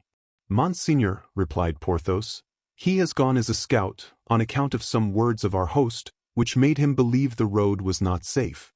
"And you, what have you done, Monsieur Porthos?" "I have won 5 pistoles of Aramis." "Well, now will you return with me?" "We are at your Eminence's orders." "To horse, then, gentlemen, for it is getting late." The attendant was at the door, holding the cardinal's horse by the bridle. At a short distance a group of 2 men and 3 horses appeared in the shade. These were the 2 men who were to conduct Milady to Fort La Pointe, and superintend her embarkation. The attendant confirmed to the cardinal what the 2 musketeers had already said with respect to Athos. The cardinal made an approving gesture, and retraced his route with the same precautions he had used in coming. Let us leave him to follow the road to the camp protected by his esquire and the 2 musketeers, and return to Athos. For 100 paces he maintained the speed at which he started, but when out of sight he turned his horse to the right, made a circuit, and came back within 20 paces of a high hedge to watch the passage of the little troop. Having recognized the laced hats of his companions and the golden fringe of the cardinal's cloak, he waited till the horsemen had turned the angle of the road, and having lost sight of them, he returned at a gallop to the inn, which was open to him without hesitation. The host recognized him. "My officer," said Athos, "has forgotten to give a piece of very important information to the lady, and has sent me back to repair his forgetfulness." "Go up," said the host. "She is still in her chamber." Athos availed himself of the permission, ascended the stairs with his lightest step, gained the landing, and through the open door perceived Milady putting on her hat. He entered the chamber and closed the door behind him. At the noise he made in pushing the bolt, Milady turned round. Athos was standing before the door, enveloped in his cloak, with his hat pulled down over his eyes. On seeing this figure, mute and immovable as a statue, Milady was frightened. "Who are you and what do you want?" cried she. "Humph," murmured Athos, "it is certainly she." And letting fall his cloak and raising his hat, he advanced toward Milady. "Do you know me, madam?" said he. Milady made one step forward, and then drew back as if she had seen a serpent. "So far well," said Athos, "I perceive you know me." "The Comte de la Fère," murmured Milady, becoming exceedingly pale, and drawing back till the wall prevented her from going any farther. "Yes, Milady," replied Athos, "the Comte de la Fère in person, who comes expressly from the other world to have the pleasure of paying you a visit. Sit down, madam, and let us talk, as the cardinal said." Milady, under the influence of inexpressible terror, sat down without uttering a word. "You certainly are a demon sent upon the earth," said Athos. "Your power is great, I know, but you also know that with the help of God men have often conquered the most terrible demons. You have once before thrown yourself in my path. I thought I had crushed you, madam, but either I was deceived or hell has resuscitated you." Milady at these words, which recalled frightful remembrances, hung down her head with a suppressed groan. "Yes, hell has resuscitated you," continued Athos. "Hell has made you rich, hell has given you another name, hell has almost made you another face, but it has neither effaced the stains from your soul nor the brand from your body." Milady arose as if moved by a powerful spring, and her eyes flashed lightning. Athos remained sitting. "You believed me to be dead, did you not, as I believed you to be?" And the name of Athos as well concealed the Comte de la Fère, as the name Milady Claret concealed and de Broglie. "Was it not so you were called when your honored brother married us? Our position is truly a strange one," continued Athos, laughing. "We have only lived up to the present time because we believed each other dead, and because a remembrance is less oppressive than a living creature, though a remembrance is sometimes devouring." "But," said Milady in a hollow, faint voice, "what brings you back to me, and what do you want with me? I wish to tell you that though remaining invisible to your eyes, I have not lost sight of you. You know what I have done? I can relate to you, day by day, your actions from your entrance to the service of the cardinal to this evening." A smile of incredulity passed over the pale lips of Milady. "Listen. It was you who cut off the 2 diamond studs from the shoulder of the Duke of Buckingham. It was you who had Madame Bonacieux carried off. It was you who, in love with De Wardes and thinking to pass the night with him, opened the door to Monsieur d'Artagnan. It was you who, believing that De Wardes had deceived you, wished to have him killed by his rival. It was you who, when this rival had discovered your infamous secret, wished to have him killed in his turn by 2 assassins, whom you sent in pursuit of him. It was you who, finding the balls had missed their mark, sent poisoned wine with a forged letter, to make your victim believe that the wine came from his friends.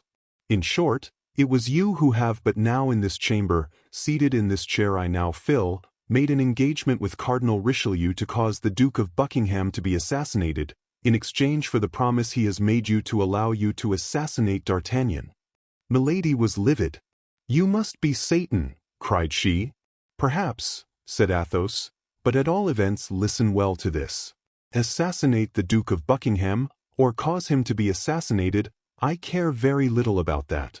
I don't know him. Besides, he is an Englishman.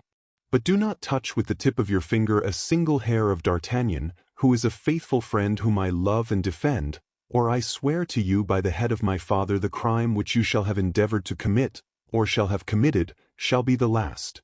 "Monsieur d'Artagnan has cruelly insulted me," said Milady, in a hollow tone. "Monsieur d'Artagnan shall die." "Indeed! Is it possible to insult you, madam?" said Athos, laughing. "He has insulted you, and he shall die." "He shall die," replied Milady, "she first, and he afterward." Athos was seized with a kind of vertigo. The sight of this creature, who had nothing of the woman about her, recalled awful remembrances.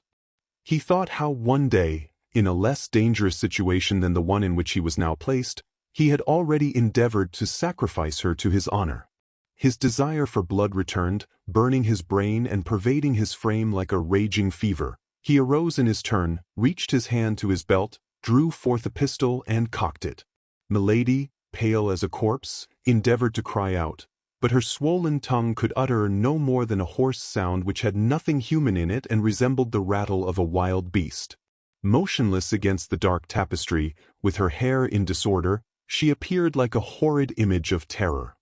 Athos slowly raised his pistol, stretched out his arm so that the weapon almost touched Milady's forehead, and then, in a voice the more terrible from having the supreme calmness of a fixed resolution, "Madame," said he, "you will this instant deliver to me the paper the cardinal signed, or upon my soul, I will blow your brains out." With another man, Milady might have preserved some doubt, but she knew Athos. Nevertheless, she remained motionless. "You have 1 second to decide," said he. Milady saw by the contraction of his countenance that the trigger was about to be pulled. She reached her hand quickly to her bosom, drew out a paper, and held it toward Athos. "Take it," said she, "and be accursed." Athos took the paper, returned the pistol to his belt, approached the lamp to be assured that it was the paper, unfolded it and read. December 3, 1627. "It is by my order and for the good of the state that the bearer of this has done what he has done. Richelieu." "And now," said Athos, resuming his cloak and putting on his hat, "now that I have drawn your teeth, viper, bite if you can." And he left the chamber without once looking behind him. At the door he found the 2 men and the spare horse which they held. "Gentlemen," said he, "Monseigneur's order is, you know, to conduct that woman, without losing time, to Fort La Pointe, and never to leave her till she is on board." As these words agreed wholly with the order they had received, they bowed their heads in sign of assent. With regard to Athos, he leaped lightly into the saddle and set out at full gallop. Only instead of following the road, he went across the fields, urging his horse to the utmost and stopping occasionally to listen. In one of those halts he heard the steps of several horses on the road. He had no doubt it was the cardinal and his escort. He immediately made a new point in advance, rubbed his horse down with some heath and leaves of trees, and placed himself across the road, about 200 paces from the camp. "Who goes there?" cried he as soon as he perceived the horseman. "That is our brave Musketeer, I think," said the cardinal. "Yes, Monseigneur," said Porthos, "it is he." "Monsieur Athos," said Richelieu, "receive my thanks for the good guard you have kept. Gentlemen, we are arrived. Take the gate on the left. The watchword is, King and Rye." Saying these words, the cardinal saluted the 3 friends with an inclination of his head, and took the right hand, followed by his attendant. For that night he himself slept in the camp. "Well," said Porthos and Aramis together, as soon as the cardinal was out of hearing, "well, he signed the paper she required." "I know it," said Athos coolly, "since here it is." And the 3 friends did not exchange another word till they reached their quarters, except to give the watchword to the sentinels. Only they sent Mousqueton to tell Planchet that his master was requested, the instant that he left the trenches, to come to the quarters of the Musketeers. Milady, as Athos had foreseen, on finding the 2 men that awaited her, made no difficulty in following them. She had had for an instant an inclination to be reconducted to the cardinal and relate everything to him, but a revelation on her part would bring about a revelation on the part of Athos. She might say that Athos had hanged her, but then Athos would tell that she was branded. She thought it was best to preserve silence, to discreetly set off to accomplish her difficult mission with her usual skill, and then, all things being accomplished to the satisfaction of the cardinal, to come to him and claim her vengeance.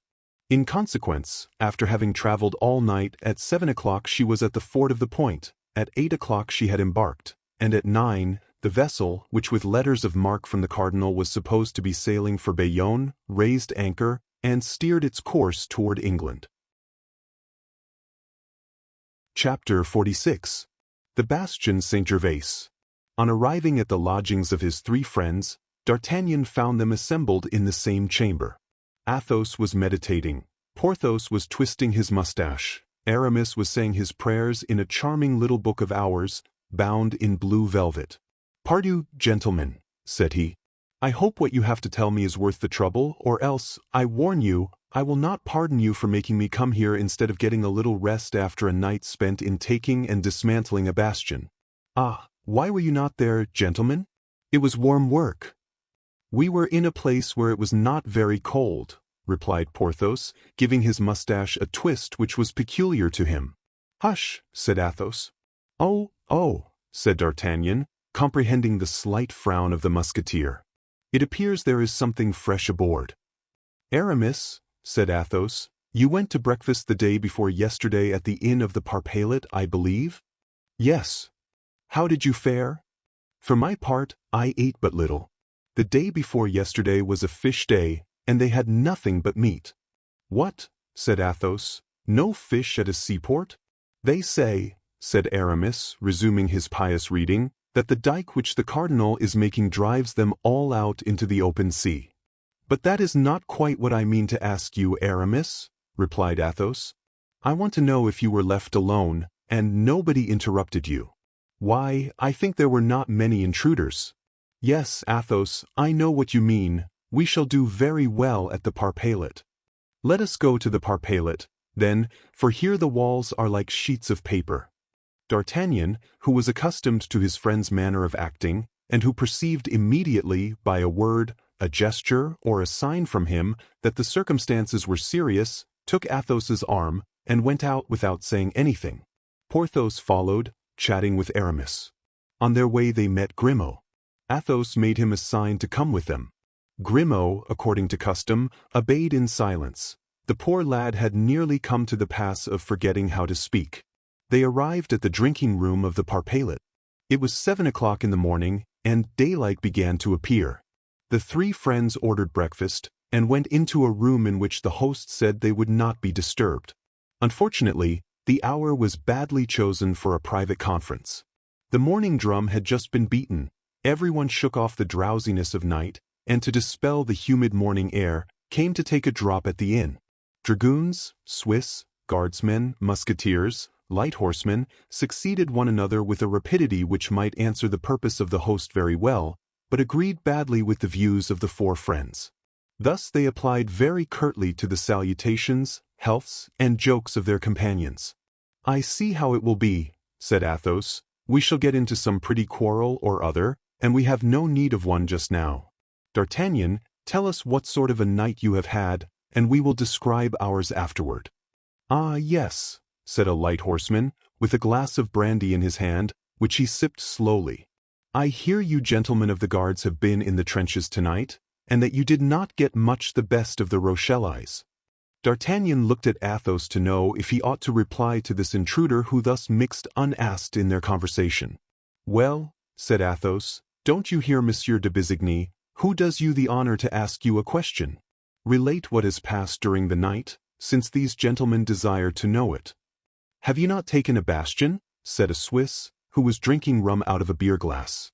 "Yes, monsieur," said D'Artagnan, bowing, "we have had that honor. We even have, as you may have heard, introduced a barrel of powder under one of the angles, which in blowing up made a very pretty breach. Without reckoning that as the bastion was not built yesterday, all the rest of the building was badly shaken." "And what bastion is it?" asked a dragoon, with his saber run through a goose which he was taking to be cooked. "The bastion Saint-Gervais," replied D'Artagnan, "from behind which the Rochellais annoyed our workmen." "Was that affair hot?" "Yes, moderately so. We lost 5 men, and the Rochellais 8 or 10. "Balzemplu," said the Swiss, who, notwithstanding the admirable collection of odes possessed by the German language, had acquired a habit of swearing in French. "But it is probable," said the light horseman, "that they will send pioneers this morning to repair the bastion."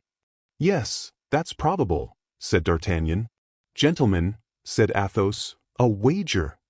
"Ah, oui, a wager," cried the Swiss. "What is it?" said the light horseman. "Stop a bit," said the dragoon, placing his saber like a spit upon the 2 large iron dogs which held the firebrands in the chimney. "Stop a bit, I am in it. You cursed host. A dripping pan immediately, that I may not lose a drop of the fat of this estimable bird." "You was right," said the Swiss, Goose grease is good with Baudry. There, said the dragoon. Now for the wager. We listen, Monsieur Athos. Yes, the wager, said the light horseman. Well, Monsieur de Bissigny, I will bet you, said Athos, that my 3 companions, Messrs. Porthos, Aramis, and D'Artagnan, and myself, will go and breakfast in the Bastion Saint-Gervais, and we will remain there an hour, by the watch, whatever the enemy may do to dislodge us. Porthos and Aramis looked at each other. They began to comprehend. But, said D'Artagnan in the ear of Athos, you are going to get us all killed without mercy. We are much more likely to be killed, said Athos, if we do not go. My faith, gentlemen, said Porthos, turning round upon his chair and twisting his mustache, that's a fair bet, I hope. I take it, said M. de Bissigny, so let us fix the stake. You are 4 gentlemen, said Athos, and we are 4, an unlimited dinner for 8. Will that do? Capitally, replied M. de Bissigny. Perfectly, said the dragoon. That shoots me, said the Swiss. The 4th auditor, who during all this conversation had played a mute part, made a sign of the head in proof that he acquiesced in the proposition. The breakfast for these gentlemen is ready, said the host. Well, bring it, said Athos. The host obeyed. Athos called Grimaud, pointed to a large basket which lay in a corner, and made a sign to him to wrap the viands up in the napkins. Grimaud understood that it was to be a breakfast on the grass, took the basket, packed up the viands, added the bottles, and then took the basket on his arm. But where are you going to eat my breakfast? Asked the host. What matter, if you are paid for it? Said Athos, and he threw 2 pistoles majestically on the table. Shall I give you the change, my officer? Said the host. No, only add 2 bottles of champagne, and the difference will be for the napkins. The host had not quite so good a bargain as he had first hoped for, but he made amends by slipping in 2 bottles of Anjou wine instead of 2 bottles of champagne. Monsieur de Bissigny, said Athos, will you be so kind as to set your watch with mine, or permit me to regulate mine by yours? Which you please, monsieur, said the light horseman, drawing from his fob a very handsome watch, studded with diamonds. 7:30. 35 minutes after 7, said Athos, by which you perceive I am 5 minutes faster than you. And bowing to all the astonished persons present, the young men took the road to the Bastion Saint-Gervais, followed by Grimaud, who carried the basket, ignorant of where he was going but in the passive obedience which Athos had taught him, not even thinking of asking. As long as they were within the circle of the camp, the 4 friends did not exchange one word. Besides, they were followed by the curious, who, hearing of the wager, were anxious to know how they would come out of it. But when once they passed the line of circumvallation and found themselves in the open plain, D'Artagnan, who was completely ignorant of what was going forward, thought it was time to demand an explanation. And now, my dear Athos, said he, do me the kindness to tell me where we are going? Why, you see plainly enough we are going to the Bastion. But what are we going to do there? You know well that we go to breakfast there. But why did we not breakfast at the Parpaillot? Because we have very important matters to communicate to one another, and it was impossible to talk 5 minutes in that inn without being annoyed by all those importunate fellows, who keep coming in, saluting you and addressing you. Here at least, said Athos, pointing to the bastion, they will not come and disturb us. It appears to me, said D'Artagnan, with that prudence which allied itself in him so naturally with excessive bravery, that we could have found some retired place on the downs or the seashore, where we should have been seen all 4 conferring together, so that at the end of a quarter of an hour the cardinal would have been informed by his spies that we were holding a council. Yes, said Aramis, Athos is right, animadvertuntur in desertis. A desert would not have been amiss, said Porthos, but it behooved us to find it. There is no desert where a bird cannot pass over one's head, where a fish cannot leap out of the water, where a rabbit cannot come out of its burrow, and I believe that bird, fish, and rabbit each becomes a spy of the cardinal. Better, then, pursue our enterprise, from which, besides, we cannot retreat without shame. We have made a wager which could not have been foreseen, and of which I defy anyone to divine the true cause. We are going in order to win it, to remain an hour in the bastion. Thither we shall be attacked or not. If we are not, We shall have all the time to talk, and nobody will hear us, for I guarantee the walls of the bastion have no ears. If we will talk of our affairs just the same. Moreover, in defending ourselves, we shall cover ourselves with glory. You see that everything is to our advantage." "Yes," said D'Artagnan, "but we shall indubitably attract a ball." "Well, my dear," replied Athos, "you know well that the balls most to be dreaded are not from the enemy. But for such an expedition we surely ought to have brought our muskets." "You are stupid, friend Porthos. Why should we load ourselves with a useless burden? I don't find a good musket, 12 cartridges, and a powder flask very useless in the face of an enemy." "Well," replied Athos, "have you not heard what D'Artagnan said?" "What did he say?" demanded Porthos. "D'Artagnan said that in the attack of last night 8 or 10 Frenchmen were killed, and as many Rochellais." "What then? The bodies were not plundered, were they? It appears the conquerors had something else to do." Well, we shall find their muskets, their cartridges, and their flasks, and instead of 4 musktons and 12 balls, we shall have 15 guns and 100 charges to fire." "Oh, Athos," said Aramis, "truly you are a great man." Porthos nodded in sign of agreement. D'Artagnan alone did not seem convinced. Grimaud no doubt shared the misgivings of the young man, foreseeing that they continued to advance toward the bastion, something he had till then doubted. He pulled his master by the skirt of his coat. "Where are we going?" asked he by a gesture. Athos pointed to the bastion. "But," said Grimaud in the same silent dialect, "we shall leave our skins there." Athos raised his eyes and his finger toward heaven. Grimaud put his basket on the ground and sat down with a shake of the head. Athos took a pistol from his belt, looked to see if it was properly primed, cocked it, and placed the muzzle close to Grimaud's ear. Grimaud was on his legs again as if by a spring. Athos then made him a sign to take up his basket and to walk on first. Grimaud obeyed. All that Grimaud gained by this momentary pantomime was to pass from the rear guard to the vanguard. Arrived at the bastion, the 4 friends turned round. More than 300 soldiers of all kinds were assembled at the gate of the camp, and in a separate group might be distinguished de Bissigny, the dragoon, the Swiss, and the 4th better. Athos took off his hat, placed it on the end of his sword, and waved it in the air. All the spectators returned him his salute, accompanying this courtesy with a loud hurrah which was audible to the 4, after which all 4 disappeared in the bastion, whither Grimaud had preceded them. Chapter 47. The Council of the Musketeers. As Athos had foreseen, the bastion was only occupied by a dozen corpses, French and Rochellais.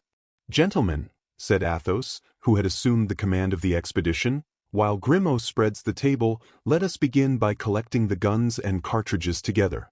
We can talk while performing that necessary task. These gentlemen," added he, pointing to the bodies, "cannot hear us." "But we could throw them into the ditch," said Porthos, "after having assured ourselves they have nothing in their pockets." "Yes," said Athos, "that's Grimaud's business." "Well, then," cried D'Artagnan, "pray let Grimaud search them and throw them over the walls."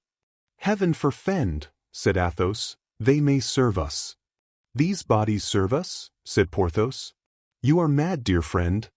"Judge not rashly, say the gospel and the cardinal," replied Athos. "How many guns, gentlemen?" 12, replied Aramis. "How many shots?"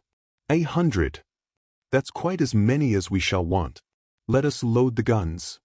The 4 musketeers went to work, and as they were loading the last musket Grimaud announced that the breakfast was ready.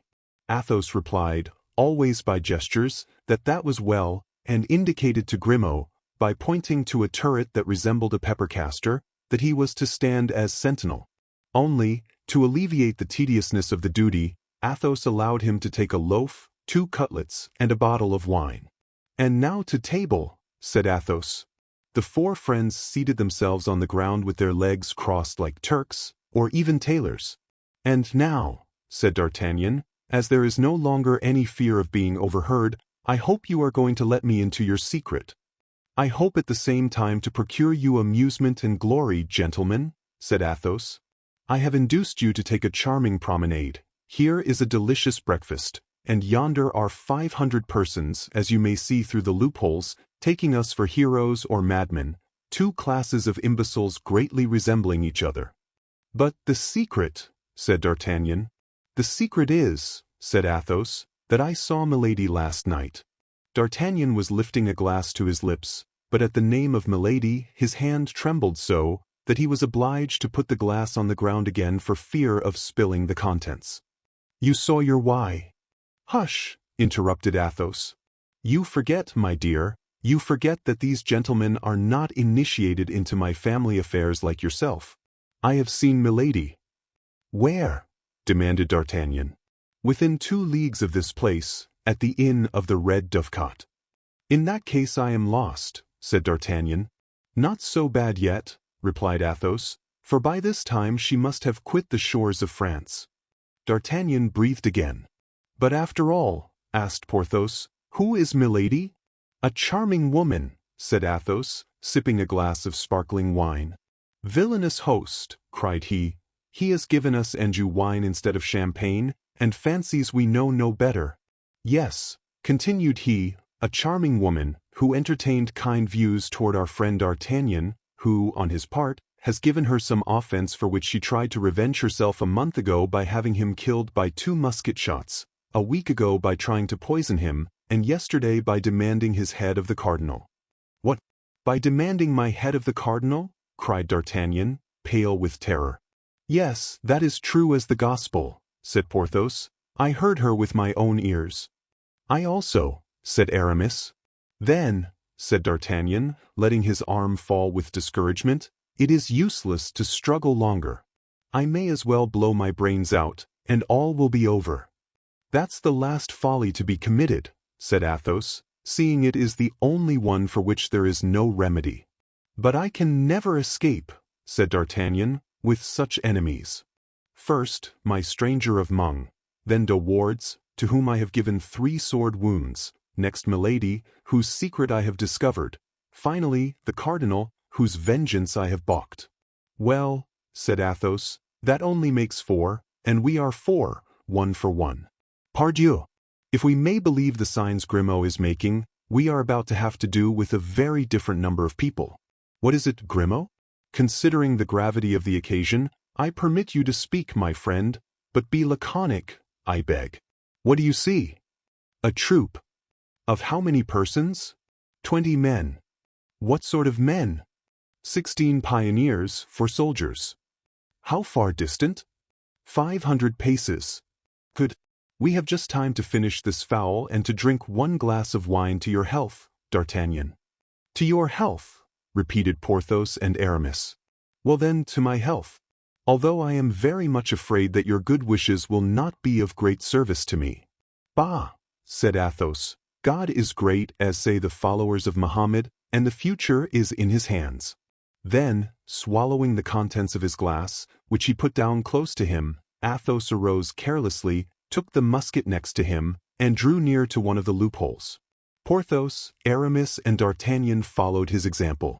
As to Grimaud, he received orders to place himself behind the 4 friends in order to reload their weapons. Said Athos, it was hardly worth while to distribute ourselves for 20 fellows armed with pickaxes, mattocks, and shovels. Grimaud had only to make them a sign to go away, and I am convinced they would have left us in peace. I doubt that, replied D'Artagnan, for they are advancing very resolutely. Besides, in addition to the pioneers, there are 4 soldiers and a brigadier armed with muskets. That's because they don't see us, said Athos. My faith, said Aramis, I must confess I feel a great repugnance to fire on these poor devils of civilians. He is a bad priest, said Porthos, who has pity for heretics. In truth, said Athos, Aramis is right. I will warn them. What the devil are you going to do? Cried D'Artagnan. You will be shot. But Athos heeded not his advice. Mounting on the breach, with his musket in one hand and his hat in the other, he said, bowing courteously and addressing the soldiers and the pioneers, who, astonished at this apparition, stopped 50 paces from the bastion. Gentlemen, a few friends and myself are about to breakfast in this bastion. Now, You know nothing is more disagreeable than being disturbed when one is at breakfast.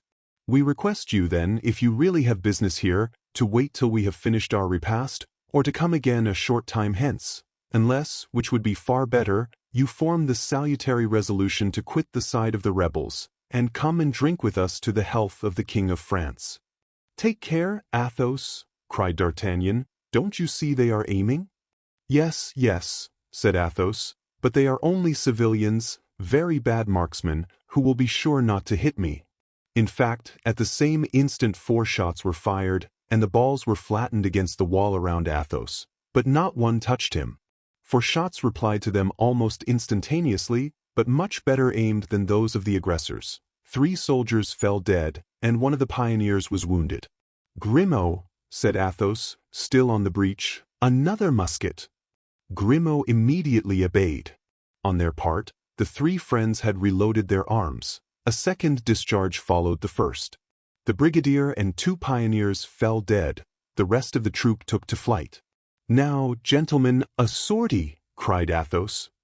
And the 4 friends rushed out of the fort, gained the field of battle, picked up the 4 muskets of the privates and the half-pike of the brigadier, and convinced that the fugitives would not stop till they reached the city, turned again toward the bastion, bearing with them the trophies of their victory.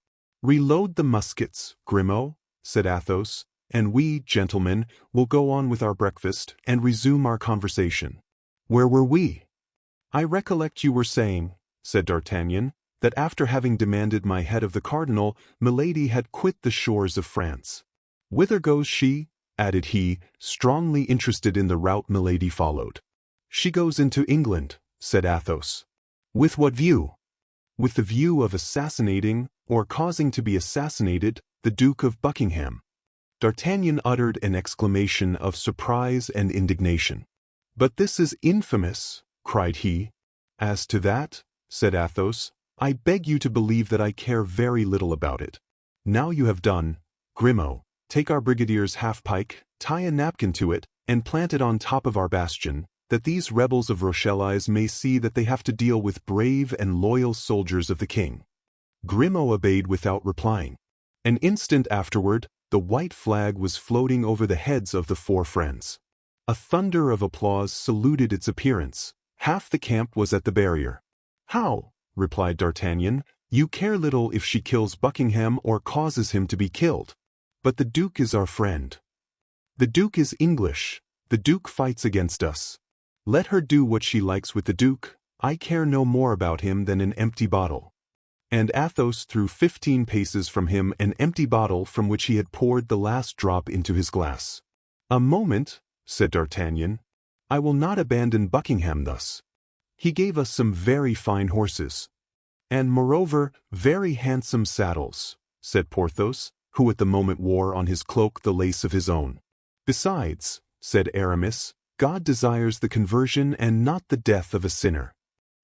Said Athos, and we will return to that subject later, if such be your pleasure, but what for the moment engaged my attention most earnestly, and I am sure you will understand me, D'Artagnan, was the getting from this woman a kind of carte blanche which she had extorted from the cardinal, and by means of which she could with impunity get rid of you and perhaps of us. But this creature must be a demon, said Porthos, holding out his plate to Aramis, who was cutting up a fowl. And this carte blanche, said D'Artagnan, this carte blanche, does it remain in her hands? No, it passed into mine. I will not say without trouble, for if I did I should tell a lie. My dear Athos, I shall no longer count the number of times I am indebted to you for my life. Then it was to go to her that you left us? Said Aramis. Exactly. And you have that letter of the cardinal? Said D'Artagnan. Here it is, said Athos, and he took the invaluable paper from the pocket of his uniform.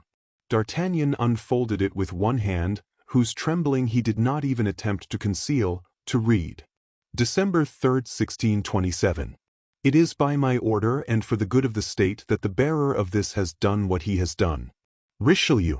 In fact, said Aramis, it is an absolution according to rule.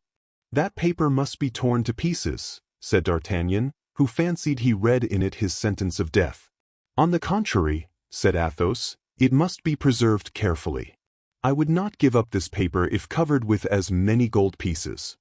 "And what will she do now?" asked the young man. "Why," replied Athos carelessly, "she is probably going to write to the cardinal that a damned musketeer, named Athos, has taken her safe-conduct from her by force. She will advise him in the same letter to get rid of his two friends, Aramis and Porthos, at the same time. The cardinal will remember that these are the same men who have often crossed his path, and then some fine morning he will arrest D'Artagnan, and for fear he should feel lonely, he will send us to keep him company in the Bastille. Go to—" "It appears to me you make dull jokes, my dear," said Porthos. "I do not jest," said Athos. "Do you know," said Porthos, "that to twist that damned Milady's neck would be a smaller sin than to twist those of these poor devils of Huguenots, who have committed no other crime than singing in French the psalms we sing in Latin?" "What says the abbé?" asked Athos quietly. "I say I am entirely of Porthos's opinion," replied Aramis. "And I, too," said D'Artagnan. "Fortunately she is far off," said Porthos, "for I confess she would worry me if she were here." "She worries me in England as well as in France," said Athos. "She worries me everywhere," said D'Artagnan. "But when you held her in your power, why did you not drown her, strangle her, hang her?" said Porthos. "It is only the dead who do not return." "You think so, Porthos?" replied the Musketeer, with a sad smile which D'Artagnan alone understood. "I have an idea," said D'Artagnan. "What is it?" said the Musketeers. "To arms!" cried Grimaud. The young men sprang up and seized their muskets. This time a small troop advanced, consisting of from 20 to 25 men, but they were not pioneers, they were soldiers of the garrison. "Shall we return to the camp?" said Porthos. "I don't think the sides are equal." "Impossible, for 3 reasons," replied Athos. "The first, that we have not finished breakfast. The second, that we still have some very important things to say, and the third, that it yet wants 10 minutes before the lapse of the hour." "Well, then," said Aramis, "we must form a plan of battle." "That's very simple," replied Athos. "As soon as the enemy are within musket shot, we must fire upon them. If they continue to advance, we must fire again. We must fire as long as we have loaded guns. If those who remain of the troop persist in coming to the assault, we will allow the besiegers to get as far as the ditch, and then we will push down upon their heads that strip of wall which keeps its perpendicular by a miracle." "Bravo!" cried Porthos. "Decidedly, Athos, you were born to be a general, and the cardinal, who fancies himself a great soldier, is nothing beside you." "Gentlemen," said Athos, "no divided attention, I beg. Let each one pick out his man." "I cover mine," said D'Artagnan. "And I mine," said Porthos. "And I item," said Aramis. "Five," said Athos. The 4 muskets made but one report, but 4 men fell. The drum immediately beat, and the little troop advanced at charging pace. Then the shots were repeated without regularity, but always aimed with the same accuracy. Nevertheless, as if they had been aware of the numerical weakness of the friends, the Rochellais continued to advance in quick time. With every 3 shots at least 2 men fell, but the march of those who remained was not slackened. Arrived at the foot of the bastion, there were still more than a dozen of the enemy. A last discharge welcomed them, but did not stop them. They jumped into the ditch and prepared to scale the breach. "Now, my friends," said Athos, "finish them at a blow. To the wall, to the wall."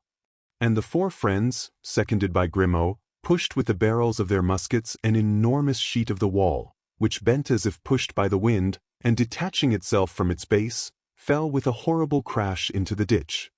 Then a fearful crash was heard, a cloud of dust mounted toward the sky, and all was over. "Can we have destroyed them all, from the first to the last?" said Athos. "My faith, it appears so," said D'Artagnan. "No," cried Porthos, "there go 3 or 4 limping away." In fact, 3 or 4 of these unfortunate men, covered with dirt and blood, fled along the hollow way, and at length regained the city. These were all who were left of the little troop. Athos looked at his watch. "Gentlemen," said he, "we have been here an hour, and our wager is won, but we will be fair players. Besides, D'Artagnan has not told us his idea yet." And the Musketeer, with his usual coolness, reseated himself before the remains of the breakfast. "My idea?" said D'Artagnan. "Yes, you said you had an idea," said Athos. "Oh, I remember," said D'Artagnan. "Well, I will go to England a second time. I will go and find Buckingham." "You shall not do that, D'Artagnan," said Athos coolly. "And why not? Have I not been there once?" "Yes, but at that period we were not at war. At that period Buckingham was an ally, and not an enemy. What you would now do amounts to treason." D'Artagnan perceived the force of this reasoning, and was silent. "But," said Porthos, "I think I have an idea in my turn." "Silence for Monsieur Porthos's idea," said Aramis. "I will ask leave of absence of Monsieur de Tréville, on some pretext or other which you must invent. I am not very clever at pretexts. Milady does not know me. I will get access to her without her suspecting me, and when I catch my beauty, I will strangle her." "Well," replied Athos, "I am not far from approving the idea of Monsieur Porthos." "For shame," said Aramis. "Kill a woman? No, listen to me, I have the true idea." "Let us see your idea, Aramis," said Athos, who felt much deference for the young Musketeer. "We must inform the queen." "Ah, my faith, yes," said Porthos and D'Artagnan at the same time. "We are coming nearer to it now." "Inform the queen," said Athos. "And how? Have we relations with the court? Could we send anyone to Paris without its being known in the camp? From here to Paris it is 140 leagues. Before our letter was at Angers we should be in a dungeon." "As to remitting a letter with safety to Her Majesty," said Aramis, coloring, "I will take that upon myself. I know a clever person at Tours." Aramis stopped on seeing Athos smile. "Well, do you not adopt this means, Athos?" said D'Artagnan. "I do not reject it altogether," said Athos, "but I wish to remind Aramis that he cannot quit the camp, and that nobody but one of ourselves is trustworthy, that 2 hours after the messenger has set out, all the Capuchins, all the police, all the black caps of the cardinal, will know your letter by heart, and you and your clever person will be arrested." "Without reckoning," objected Porthos, "that the queen would save Monsieur de Buckingham, but would take no heed of us." "Gentlemen," said D'Artagnan, "what Porthos says is full of sense." "Ah, but what's going on in the city yonder?" said Athos. "They are beating the general alarm." The four friends listened, and the sound of the drum plainly reached them. "You see, they are going to send a whole regiment against us," said Athos. "You don't think of holding out against a whole regiment, do you?" said Porthos. "Why not?" said the Musketeer. "I feel myself quite in a humor for it, and I would hold out before an army if we had taken the precaution to bring a dozen more bottles of wine." "Upon my word, the drum draws near," said D'Artagnan. "Let it come," said Athos. "It is a quarter of an hour's journey from here to the city, consequently a quarter of an hour's journey from the city to hither. That is more than time enough for us to devise a plan. If we go from this place we shall never find another so suitable." Stop. "I have it, gentlemen. The right idea has just occurred to me." "Tell us." "Allow me to give Grimaud some indispensable orders." Athos made a sign for his lackey to approach. "Grimaud," said Athos, pointing to the bodies which lay under the wall of the bastion, "take those gentlemen, set them up against the wall, put their hats upon their heads, and their guns in their hands." "Oh, the great man!" cried D'Artagnan. "I comprehend now." "You comprehend?" said Porthos. "And do you comprehend, Grimaud?" said Aramis. Grimaud made a sign in the affirmative. "That's all that is necessary," said Athos. "Now for my idea." "I should like, however, to comprehend," said Porthos. "That is useless." Yes. "Athos's idea?" cried Aramis and D'Artagnan at the same time. "This Milady, this woman, this creature, this demon has a brother-in-law, as I think you told me, D'Artagnan?" "Yes, I know him very well, and I also believe that he has not a very warm affection for his sister-in-law. There is no harm in that. If he detested her, it would be all the better," replied Athos. "In that case we are as well off as we wish." "And yet," said Porthos, "I would like to know what Grimaud is about." Silence, Porthos, said Aramis. What is her brother-in-law's name? Lord de Winter. Where is he now?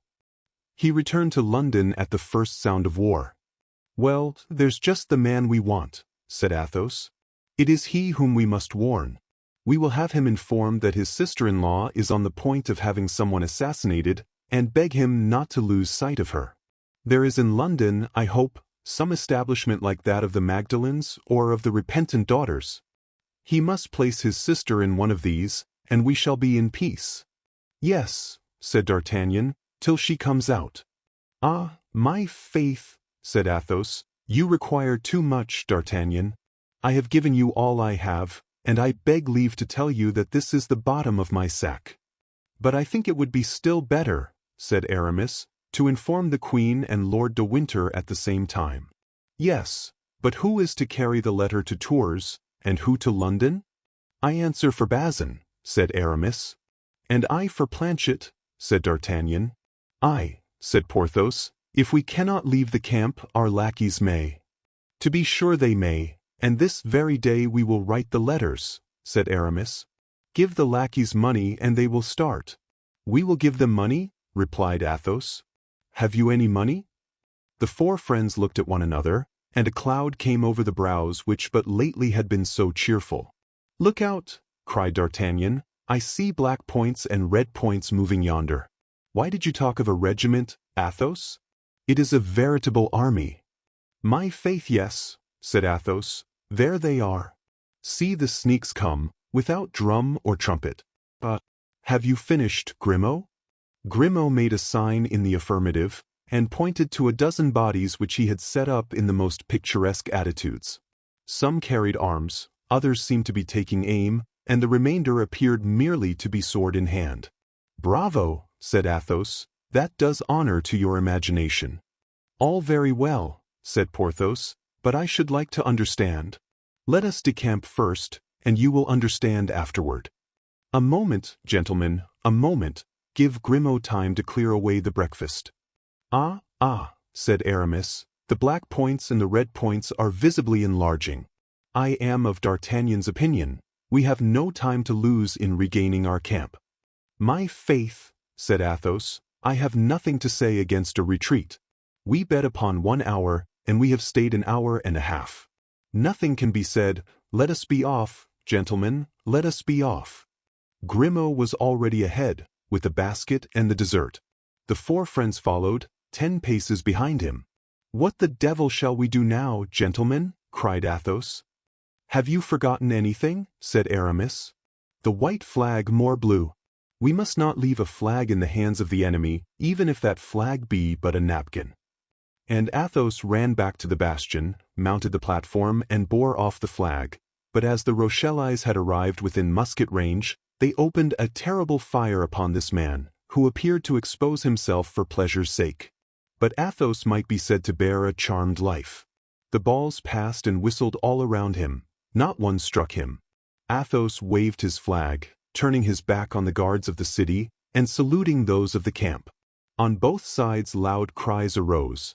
On the one side cries of anger, on the other cries of enthusiasm. A second discharge followed the first, and 3 balls, by passing through it, made the napkin really a flag. Cries were heard from the camp, "Come down! Come down!"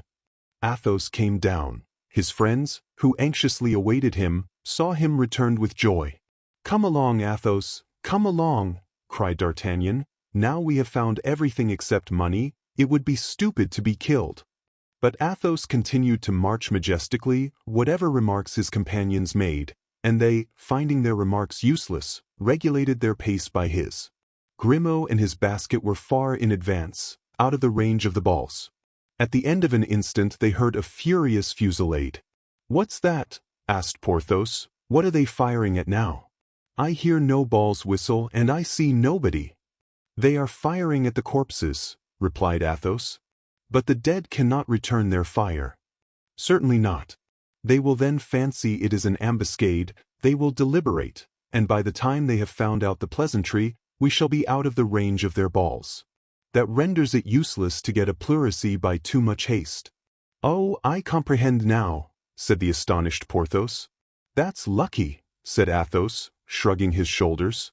On their part, the French, on seeing the four friends return at such a step, uttered cries of enthusiasm.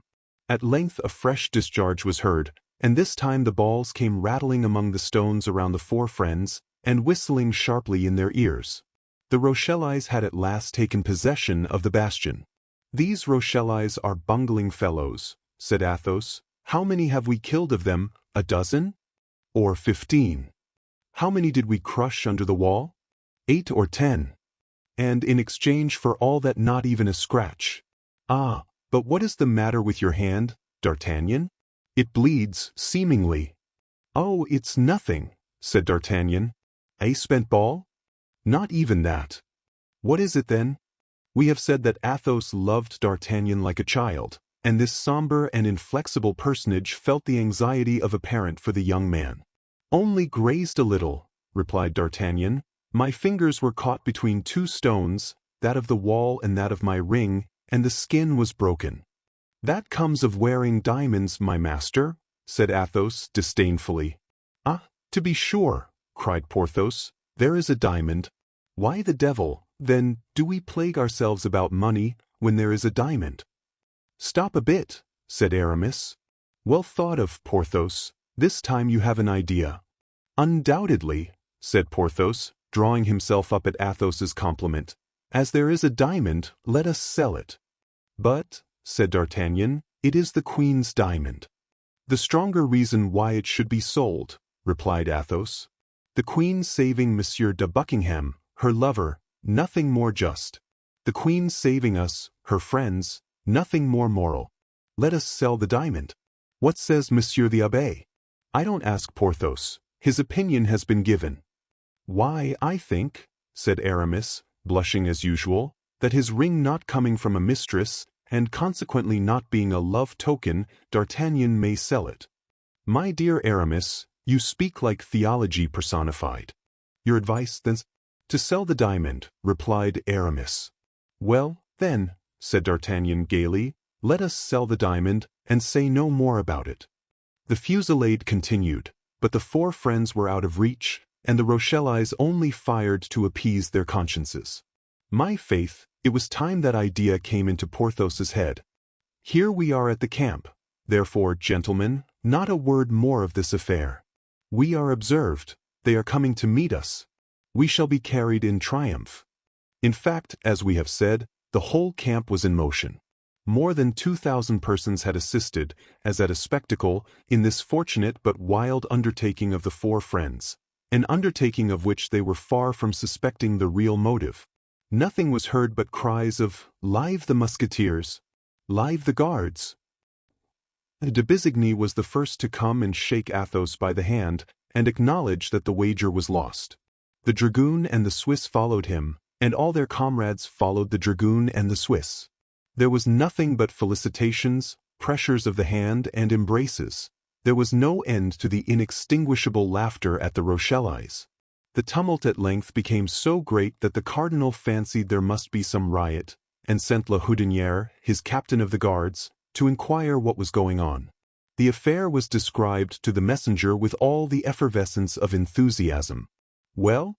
asked the cardinal on seeing La Houdinière return.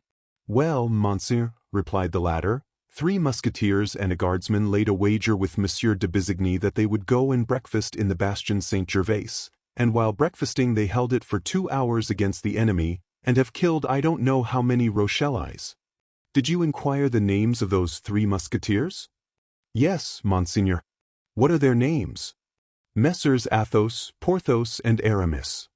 "Still my 3 brave fellows," murmured the cardinal. "And the guardsman?" "D'Artagnan."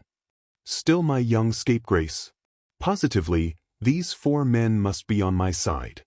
The same evening the cardinal spoke to de Treville of the exploit of the morning, which was the talk of the whole camp. De Treville, who had received the account of the adventure from the mouths of the heroes of it, related it in all its details to his eminence, not forgetting the episode of the napkin. "That's well, Monsieur de Treville," said the cardinal. "Pray let that napkin be sent to me. I will have 3 fleurs-de-lis embroidered on it in gold, and will give it to your company as a standard." Monseigneur, said de Treville, that will be unjust to the guardsmen. Monsieur d'Artagnan is not with me. He serves under Monsieur de Cessert.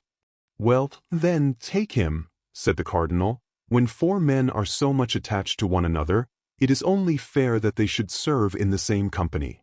That same evening de Treville announced this good news to the 3 Musketeers and D'Artagnan, inviting all 4 to breakfast with him next morning. D'Artagnan was beside himself with joy. We know that the dream of his life had been to become a musketeer. The 3 friends were likewise greatly delighted. My faith, said D'Artagnan to Athos, you had a triumphant idea. As you said, we have acquired glory, and were enabled to carry on a conversation of the highest importance, which we can resume now without anybody suspecting us, for, with the help of God, we shall henceforth pass for cardinalists. That evening D'Artagnan went to present his respects to M. de Cessert, and inform him of his promotion. M. de Cessert, who esteemed D'Artagnan, made him offers of help, as this change would entail expenses for equipment. D'Artagnan refused, but thinking the opportunity a good one, he begged him to have the diamond he put into his hand valued, as he wished to turn it into money. The next day M. de Cessert's valet came to D'Artagnan's lodging, and gave him a bag containing 7,000 livres. This was the price of the Queen's diamond. Chapter 48. A Family Affair. Athos had invented the phrase, family affair. A family affair was not subject to the investigation of the cardinal. A family affair concerned nobody. People might employ themselves in a family affair before all the world. Therefore Athos had invented the phrase, family affair. Aramis had discovered the idea, the lackeys. Porthos had discovered the means, the diamond. D'Artagnan alone had discovered nothing. He, ordinarily the most inventive of the 4, but it must be also said that the very name of Milady paralyzed him. No, we were mistaken. He had discovered a purchaser for his diamond. The breakfast at M. de Treville's was as gay and cheerful as possible. D'Artagnan already wore his uniform, for being nearly of the same size as Aramis, and as Aramis was so liberally paid by the publisher who purchased his poem as to allow him to buy everything double, he sold his friend a complete outfit. D'Artagnan would have been at the height of his wishes if he had not constantly seen Milady like a dark cloud hovering in the horizon. After breakfast, it was agreed that they should meet again in the evening at Athos's lodging, and there finish their plans. D'Artagnan passed the day in exhibiting his musketeer's uniform in every street of the camp. In the evening, at the appointed hour, the 4 friends met. There only remained 3 things to decide: what they should write to Milady's brother, what they should write to the clever person at Tours, and which should be the lackeys to carry the letters. Everyone offered his own. Athos talked of the discretion of Grimaud, who never spoke a word but when his master unlocked his mouth. Porthos boasted of the strength of Mousqueton, who was big enough to thrash 4 men of ordinary size. Aramis, confiding in the address of Bazin, made a pompous eulogium on his candidate. Finally, D'Artagnan had entire faith in the bravery of Planchet, and reminded them of the manner in which he had conducted himself in the ticklish affair of Boulogne. These 4 virtues disputed the prize for a length of time, and gave birth to magnificent speeches which we do not repeat here for fear they should be deemed too long. Unfortunately, said Athos, he whom we send must possess in himself alone the 4 qualities united. But where is such a lackey to be found? Not to be found, cried Athos. I know it well, so take Grimaud. Take Mousqueton. Take Bazin. Take Planchet. Planchet is brave and shrewd. They are 2 qualities out of the 4. Gentlemen, said Aramis, the principal question is not to know which of our 4 lackeys is the most discreet, the most strong, the most clever, or the most brave. The principal thing is to know which loves money the best. What Aramis says is very sensible, replied Athos. We must speculate upon the faults of people and not upon their virtues. Monsieur Bay, you are a great moralist. Doubtless, said Aramis, for we not only require to be well served in order to succeed, but moreover not to fail, for in case of failure heads are in question, not for our lackeys. Speak lower, Aramis, said Athos. That's wise, not for the lackeys, resumed Aramis, But for the masters, we may say, are our lackeys sufficiently devoted to us to risk their lives for us? No. My faith, said D'Artagnan, I would almost answer for Planchet. Well, my dear friend, add to his natural devotedness a good sum of money, and then, instead of answering for him once, answer for him twice. Why, good God! You will be deceived just the same, said Athos, who was an optimist when things were concerned, and a pessimist when men were in question. They will promise everything for the sake of the money, and on the road fear will prevent them from acting. Once taken, they will be pressed. When pressed, they will confess everything. What the devil? We are not children. To reach England, Athos lowered his voice, all France, covered with spies and creatures of the cardinal, must be crossed. A passport for embarkation must be obtained, and the party must be acquainted with English in order to ask the way to London. Really, I think the thing very difficult. Not at all, cried D'Artagnan, who was anxious the matter should be accomplished. On the contrary, I think it very easy. It would be, no doubt, parbleu, if we write to Lord de Winter about affairs of vast importance, of the horrors of the cardinal. Speak lower, said Athos. Of intrigues and secrets of state, continued D'Artagnan, complying with the recommendation. There can be no doubt we would all be broken on the wheel, but for God's sake, do not forget, as you yourself said, Athos, that we only write to him concerning a family affair, that we only write to him to entreat that as soon as Milady arrives in London he will put it out of her power to injure us. I will write to him, then, nearly in these terms. Let us see, said Athos, assuming in advance a critical look. Monsieur and dear friend. Ah yes. Dear friend to an Englishman, interrupted Athos. Well commenced. Bravo, D'Artagnan. Only with that word you would be quartered instead of being broken on the wheel. Well, perhaps. I will say, then, monsieur, quite short. You may even say, my lord, replied Athos, who stickled for propriety. My lord, do you remember the little goat pasture of the Luxembourg? Good, the Luxembourg. One might believe this is an allusion to the Queen Mother. That's ingenious, said Athos. Well, then, we will put simply, my lord, do you remember a certain little enclosure where your life was spared? My dear D'Artagnan, you will never make anything but a very bad secretary. Where your life was spared. For shame. That's unworthy. A man of spirit is not to be reminded of such services. A benefit reproached is an offense committed. The devil, said D'Artagnan, you are insupportable. If the letter must be written under your censure, my faith, I renounce the task. And you will do right. Handle the musket and the sword, my dear fellow. You will come off splendidly at those two exercises, but pass the pen over to Monsieur Bay. That's his province. Aye, said Porthos, pass the pen to Aramis, who writes theses in Latin. Well, so be it, said D'Artagnan. Draw up this note for us, Aramis, but by our Holy Father the Pope, cut it short, for I shall prune you in my turn, I warn you. I ask no better, said Aramis, with that ingenious air of confidence which every poet has in himself, but let me be properly acquainted with the subject. I have heard here and there that this sister-in-law was a hussy. I have obtained proof of it by listening to her conversation with the cardinal. Lower. Sacre bleu, said Athos. But, continued Aramis, the details escape me. And me also, said Porthos. D'Artagnan and Athos looked at each other for some time in silence.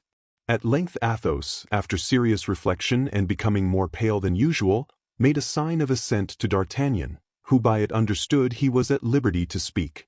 Well, this is what you have to say, said D'Artagnan. My lord, your sister-in-law is an infamous woman, who wished to have you killed that she might inherit your wealth, but she could not marry your brother, being already married in France and having been— D'Artagnan stopped, as if seeking for the word, and looked at Athos. Repudiated by her husband, said Athos. Because she had been branded, continued D'Artagnan. Bah, cried Porthos. Impossible. What do you say, that she wanted to have her brother-in-law killed? Yes. She was married? Asked Aramis. Yes. And her husband found out that she had a fleur-de-lis on her shoulder? Cried Porthos. Yes.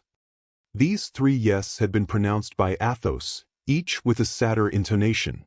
"And who has seen this fleur-de-lis?" inquired Aramis.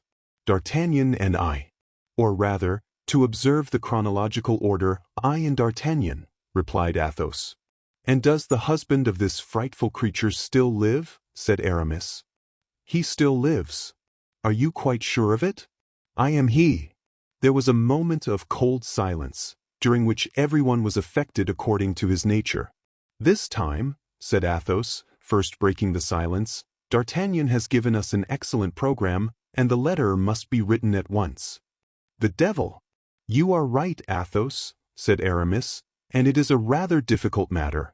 The Chancellor himself would be puzzled how to write such a letter, and yet the Chancellor draws up an official report very readily. Never mind. Be silent, I will write." Aramis accordingly took the quill, reflected for a few moments, wrote 8 or 10 lines in a charming little female hand, and then with a voice soft and slow, as if each word had been scrupulously weighed, he read the following. "My lord, the person who writes these few lines had the honor of crossing swords with you in the little enclosure of the Rue d'Offer.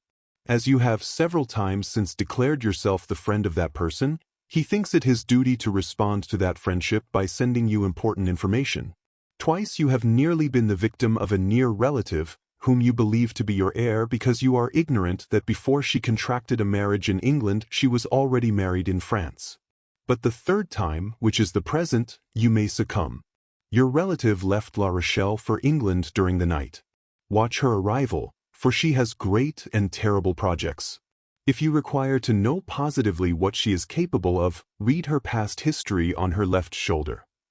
"Well, now that will do wonderfully well," said Athos. "My dear Aramis, you have the pen of a Secretary of State. Lord de Winter will now be upon his guard if the letter should reach him, and even if it should fall into the hands of the cardinal, we shall not be compromised. But as the lackey who goes may make us believe he has been to London and may stop at Châtellerault, let us give him only half the sum promised him, with the letter, with an agreement that he shall have the other half in exchange for the reply. Have you the diamond?" continued Athos. "I have what is still better. I have the price." And D'Artagnan threw the bag upon the table.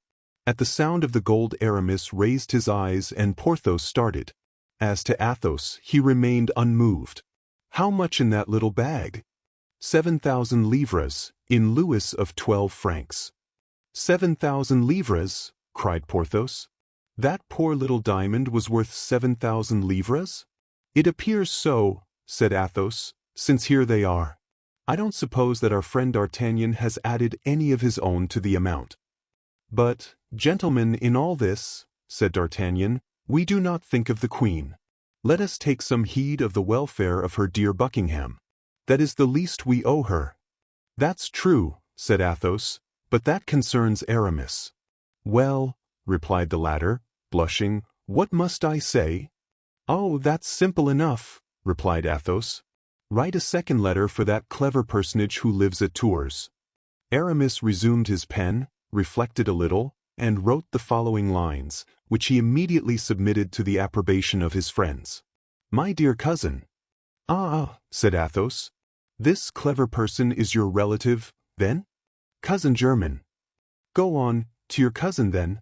Aramis continued, "My dear cousin, His Eminence, the Cardinal, whom God preserve for the happiness of France and the confusion of the enemies of the kingdom, is on the point of putting an end to the hectic rebellion of La Rochelle. It is probable that the succor of the English fleet will never even arrive in sight of the place. I will even venture to say that I am certain M. de Buckingham will be prevented from setting out by some great event. His Eminence is the most illustrious politician of times past, of times present, and probably of times to come. He would extinguish the sun if the sun incommoded him. Give these happy tidings to your sister, my dear cousin. I have dreamed that the unlucky Englishman was dead. I cannot recollect whether it was by steel or by poison. Only of this I am sure, I have dreamed he was dead, and you know my dreams never deceive me. Be assured, then, of seeing me soon return." "Capital!" cried Athos. "You are the king of poets, my dear Aramis. You speak like the Apocalypse, and you are as true as the Gospel. There is nothing now to do but to put the address to this letter." "That is easily done," said Aramis. He folded the letter fancifully, and took up his pen and wrote, "To Unli Mitchen, seamstress, Tours." The three friends looked at one another and laughed. They were caught. "Now," said Aramis, "you will please to understand, gentlemen, that Bazin alone can carry this letter to Tours. My cousin knows nobody but Bazin, and places confidence in nobody but him. Any other person would fail. Besides, Bazin is ambitious and learned. Bazin has read history, gentlemen. He knows that Sixtus V became pope after having kept pigs. Well, as he means to enter the church at the same time as myself, he does not despair of becoming pope in his turn, or at least a cardinal. You can understand that a man who has such views will never allow himself to be taken, or if taken, will undergo martyrdom rather than speak." "Very well," said D'Artagnan, "I consent to Bazin with all my heart, but grant me Planchet." Milady had him one day turned out of doors, with sundry blows of a good stick to accelerate his motions. Now, Planchet has an excellent memory, and I will be bound that sooner than relinquish any possible means of vengeance, he will allow himself to be beaten to death. If your arrangements at Tours are your arrangements, Aramis, those of London are mine. I request, then, that Planchet may be chosen, more particularly as he has already been to London with me, and knows how to speak correctly. London, sir, if you please, and my master, Lord D'Artagnan. With that you may be satisfied he can make his way, both going and returning." "In that case," said Athos, "Planchet must receive 700 livres for going, and 700 livres for coming back, and Bazin 300 livres for going, and 300 livres for returning. That will reduce the sum to 5,000 livres. We will each take 1,000 livres to be employed as seems good, and we will leave a fund of 1,000 livres under the guardianship of Monsieur Abbé here, for extraordinary occasions or common wants. Will that do?" "My dear Athos," said Aramis, "you speak like Nestor, who was, as everyone knows, the wisest among the Greeks." "Well, then," said Athos, "it is agreed. Planchet and Bazin shall go. Everything considered, I am not sorry to retain Grimaud. He is accustomed to my ways, and I am particular. Yesterday's affair must have shaken him a little. His voyage would upset him quite. Planchet was sent for, and instructions were given him. The matter had been named to him by D'Artagnan, who in the first place pointed out the money to him, then the glory, and then the danger. "I will carry the letter in the lining of my coat," said Planchet, "and if I am taken I will swallow it." "Well, but then you will not be able to fulfill your commission," said D'Artagnan. "You will give me a copy this evening, which I shall know by heart tomorrow." D'Artagnan looked at his friends as if to say, "Well, what did I tell you? Now," continued he, addressing Planchet, "you have 8 days to get an interview with Lord de Winter. You have 8 days to return, in all 16 days. If, on the 16th day after your departure, at 8 o'clock in the evening you are not here, no money, even if it be but 5 minutes past 8. "Then, monsieur," said Planchet, "you must buy me a watch." "Take this," said Athos, with his usual careless generosity, giving him his own, "and be a good lad. Remember, if you talk, if you babble, if you get drunk, you risk your master's head, who has so much confidence in your fidelity, and who answers for you. But remember, also, that if by your fault any evil happens to D'Artagnan, I will find you, wherever you may be, for the purpose of ripping up your belly." "Oh, monsieur," said Planchet, humiliated by the suspicion, and, moreover, terrified at the calm air of the Musketeer. "And I," said Porthos, rolling his large eyes, "remember, I will skin you alive." "Ah, monsieur." "And I," said Aramis, with his soft, melodious voice, "remember that I will roast you at a slow fire, like a savage." "Ah, monsieur." Planchet began to weep. We will not venture to say whether it was from terror created by the threats or from tenderness at seeing 4 friends so closely united. D'Artagnan took his hand. "See, Planchet," said he, "these gentlemen only say this out of affection for me, but at bottom they all like you." "Ah, monsieur," said Planchet, "I will succeed or I will consent to be cut in quarters, and if they do cut me in quarters, be assured that not a morsel of me will speak." It was decided that Planchet should set out the next day, at 8 o'clock in the morning, in order, as he had said, that he might during the night learn the letter by heart. He gained just 12 hours by this engagement. He was to be back on the 16th day, by 8 o'clock in the evening. In the morning, as he was mounting his horse, D'Artagnan, who felt at the bottom of his heart a partiality for the Duke, took Planchet aside. "Listen," said he to him. "When you have given the letter to Lord de Winter and he has read it, you will further say to him, 'Watch over his Grace Lord Buckingham, for they wish to assassinate him.' But this, Planchet, is so serious and important that I have not informed my friends that I would entrust this secret to you, and for a captain's commission I would not write it." "Be satisfied, monsieur," said Planchet, "you shall see if confidence can be placed in me." Mounted on an excellent horse, which he was to leave at the end of 20 leagues in order to take the post, Planchet set off at a gallop, his spirits a little depressed by the triple promise made him by the Musketeers, but otherwise as light-hearted as possible. Bazin set out the next day for Tours, and was allowed 8 days for performing his commission. The four friends, during the period of these 2 absences, had, as may well be supposed, the eye on the watch, the nose to the wind, and the ear on the hark. Their days were passed in endeavoring to catch all that was said, in observing the proceeding of the cardinal, and in looking out for all the couriers who arrived. More than once an involuntary trembling seized them when called upon for some unexpected service. They had, besides, to look constantly to their own proper safety. Milady was a phantom which, when it had once appeared to people, did not allow them to sleep very quietly. On the morning of the 8th day, Bazin, fresh as ever and smiling according to custom, entered the cabaret of the Parpaillot as the four friends were sitting down to breakfast, saying, as had been agreed upon, "Monsieur Aramis, the answer from your cousin." The four friends exchanged a joyful glance. Half of the work was done. It is true, however, that it was the shorter and easier part. Aramis, blushing in spite of himself, took the letter, which was in a large, coarse hand and not particular for its orthography. "Good God!" cried he, laughing, "I quite despair of my poor Mitchen. She will never write like Monsieur de Voiture." "What does you mean by poor Mitchen?" said the Swiss, who was chatting with the four friends when the letter came. "Oh, pardon, less than nothing," said Aramis, "a charming little seamstress, whom I love dearly and from whose hand I requested a few lines as a sort of keepsake." "The duvel!" said the Swiss, "if she is as great a lady as her writing is large, you are a lucky fellow, comrade." Aramis read the letter, and passed it to Athos. "See what she writes to me, Athos," said he. Athos cast a glance over the epistle, and to disperse all the suspicions that might have been created, read aloud. "My cousin, my sister and I are skillful in interpreting dreams, and even entertain great fear of them, but of yours it may be said, I hope, every dream is an illusion. Adieu. Take care of yourself, and act so that we may from time to time hear you spoken of. Marie Mitchen." "And what dream does she mean?" asked the dragoon, who had approached during the reading. "Yes, what's the dream?" said the Swiss.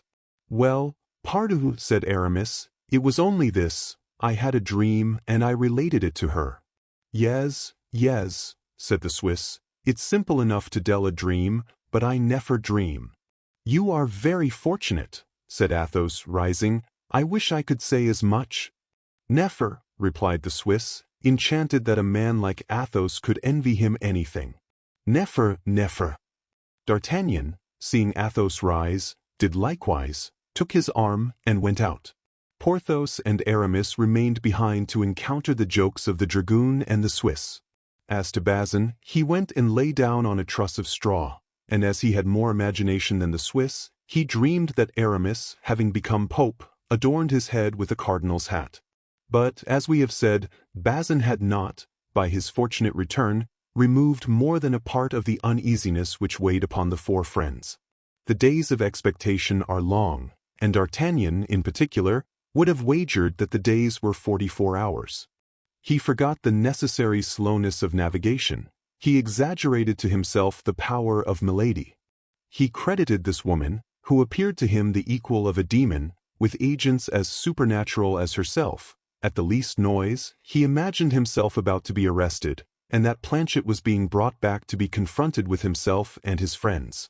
Still further, his confidence in the worthy Picard, at one time so great, diminished day by day. This anxiety became so great that it even extended to Aramis and Porthos. Athos alone remained unmoved, as if no danger hovered over him, and as if he breathed his customary atmosphere. On the 16th day, in particular, these signs were so strong in D'Artagnan and his two friends that they could not remain quiet in one place, and wandered about like ghosts on the road by which Planchet was expected. "Really," said Athos to them, "you are not men but children, to let a woman terrify you so. And what does it amount to after all? To be imprisoned. Well, but we should be taken out of prison. Madame Bonacieux was released. To be decapitated? Why, every day in the trenches we go cheerfully to expose ourselves to worse than that, for a bullet may break a leg, and I am convinced a surgeon would give us more pain in cutting off a thigh than an executioner in cutting off a head. Wait quietly, then. In 2 hours, in 4, in 6 hours at latest, Planchet will be here. He promised to be here, and I have very great faith in Planchet, who appears to me to be a very good lad." "But if he does not come?" said D'Artagnan.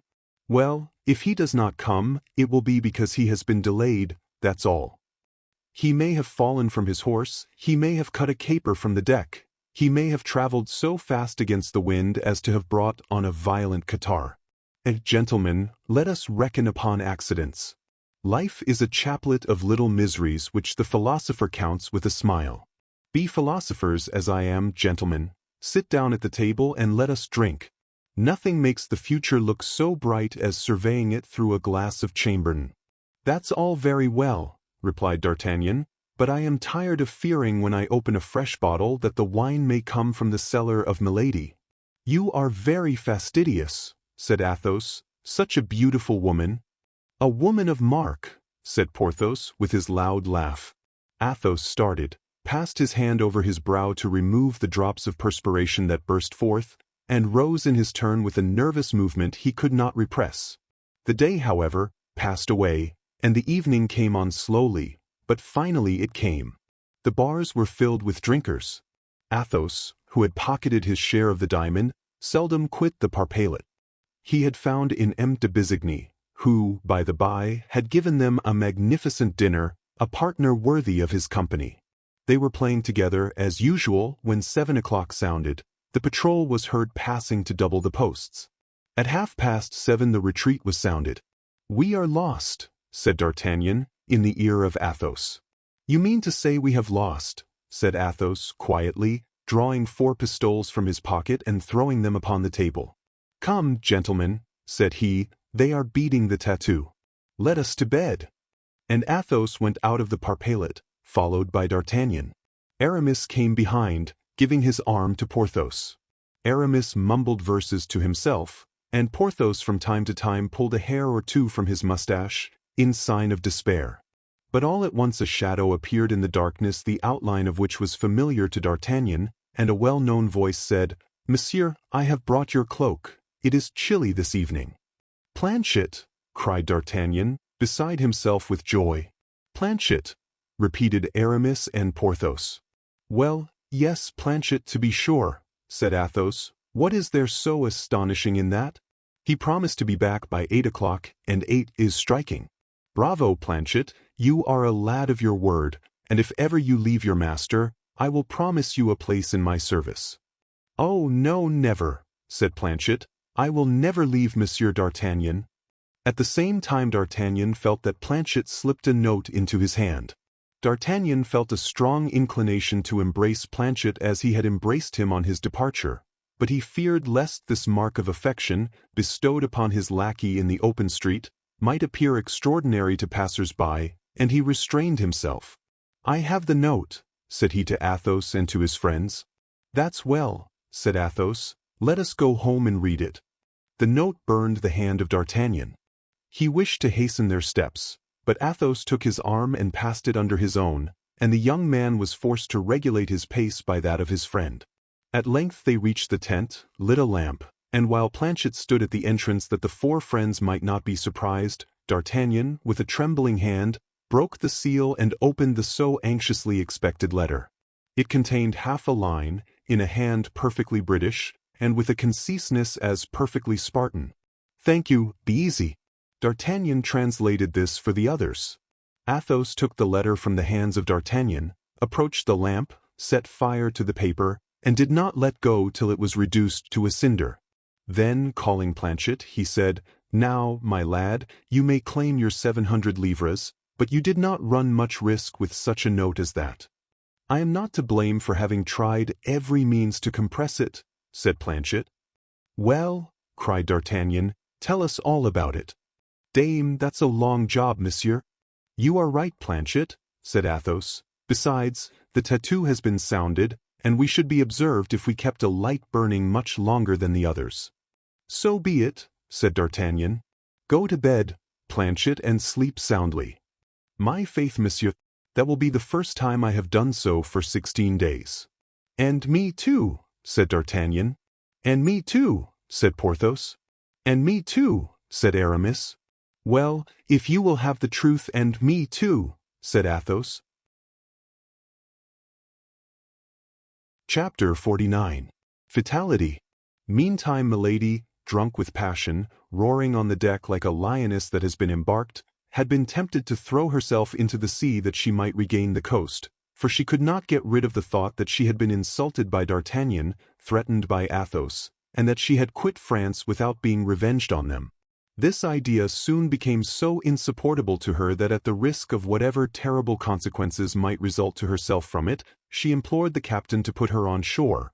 But the captain, eager to escape from his false position, placed between French and English cruisers, like the bat between the mice and the birds, was in great haste to regain England, and positively refused to obey what he took for a woman's caprice, promising his passenger, who had been particularly recommended to him by the cardinal, to land her, if the sea and the French permitted him, at one of the ports of Brittany, either at Lorient or Brest. But the wind was contrary, the sea bad, they tacked and kept offshore. 9 days after leaving the Charente, pale with fatigue and vexation, Milady saw only the blue coasts of Finistère appear. She calculated that to cross this corner of France and return to the cardinal it would take her at least 3 days. Add another day for landing and that would make 4. Add these 4 to the 9 others, that would be 13 days lost, 13 days, during which so many important events might pass in London. She reflected likewise that the cardinal would be furious at her return, and consequently would be more disposed to listen to the complaints brought against her than to the accusations she brought against others. She allowed the vessel to pass Lorient and Brest without repeating her request to the captain, who, on his part, took care not to remind her of it. Milady therefore continued her voyage, and on the very day that Planchet embarked at Portsmouth for France, the messenger of his Eminence entered the port in triumph.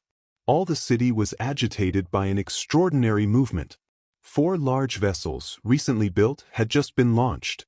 At the end of the jetty, his clothes richly laced with gold, glittering, as was customary with him, with diamonds and precious stones, his hat ornamented with a white feather which drooped upon his shoulder, Buckingham was seen surrounded by a staff almost as brilliant as himself. It was one of those rare and beautiful days in winter when England remembers that there is a sun. The star of day, pale but nevertheless still splendid, was setting in the horizon, glorifying at once the heavens and the sea with bands of fire, and casting upon the towers and the old houses of the city a last ray of gold which made the windows sparkle like the reflection of a conflagration. Breathing that sea breeze, so much more invigorating and balsamic as the land is approached, contemplating all the power of those preparations she was commissioned to destroy, all the power of that army which she was to combat alone, she, a woman with a few bags of gold. Milady compared herself mentally to Judith, the terrible Jewess, when she penetrated the camp of the Assyrians and beheld the enormous mass of chariots, horses, men, and arms, which a gesture of her hand was to dissipate like a cloud of smoke. They entered the roadstead, but as they drew near in order to cast anchor, a little cutter, looking like a coast guard formidably armed, approached the merchant vessel and dropped into the sea a boat which directed its course to the latter. This boat contained an officer, a mate, and 8 rowers. The officer alone went on board, where he was received with all the deference inspired by the uniform. The officer conversed a few instants with the captain, gave him several papers, of which he was the bearer, to read, and upon the order of the merchant captain the whole crew of the vessel, both passengers and sailors, were called upon deck. When this species of summons was made, the officer inquired aloud the point of the brig's departure, its route, its landings, and to all these questions the captain replied without difficulty and without hesitation. Then the officer began to pass in review all the people, one after the other, and stopping when he came to Milady, surveyed her very closely, but without addressing a single word to her. He then returned to the captain, said a few words to him, and as if from that moment the vessel was under his command, he ordered a maneuver which the crew executed immediately. Then the vessel resumed its course, still escorted by the little cutter, which sailed side by side with it, menacing it with the mouths of its 6 cannon. The boat followed in the wake of the ship, a speck near the enormous mass. During the examination of Milady by the officer, as may well be imagined, Milady on her part was not less scrutinizing in her glances. But however great was the power of this woman with eyes of flame in reading the hearts of those whose secrets she wished to divine, she met this time with a countenance of such impassivity that no discovery followed her investigation.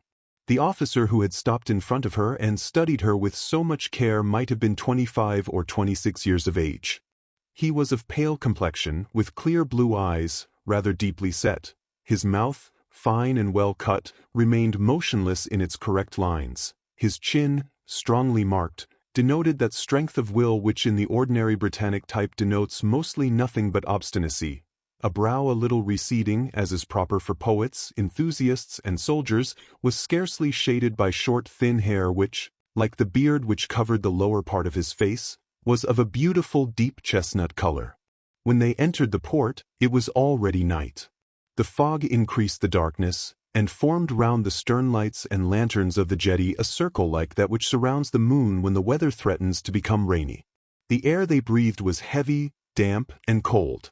Milady, that woman so courageous and firm, shivered in spite of herself. The officer desired to have Milady's packages pointed out to him, and ordered them to be placed in the boat. When this operation was complete, he invited her to descend by offering her his hand. Milady looked at this man and hesitated.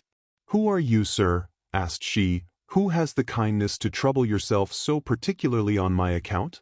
"You may perceive, madam, by my uniform, that I am an officer in the English Navy," replied the young man.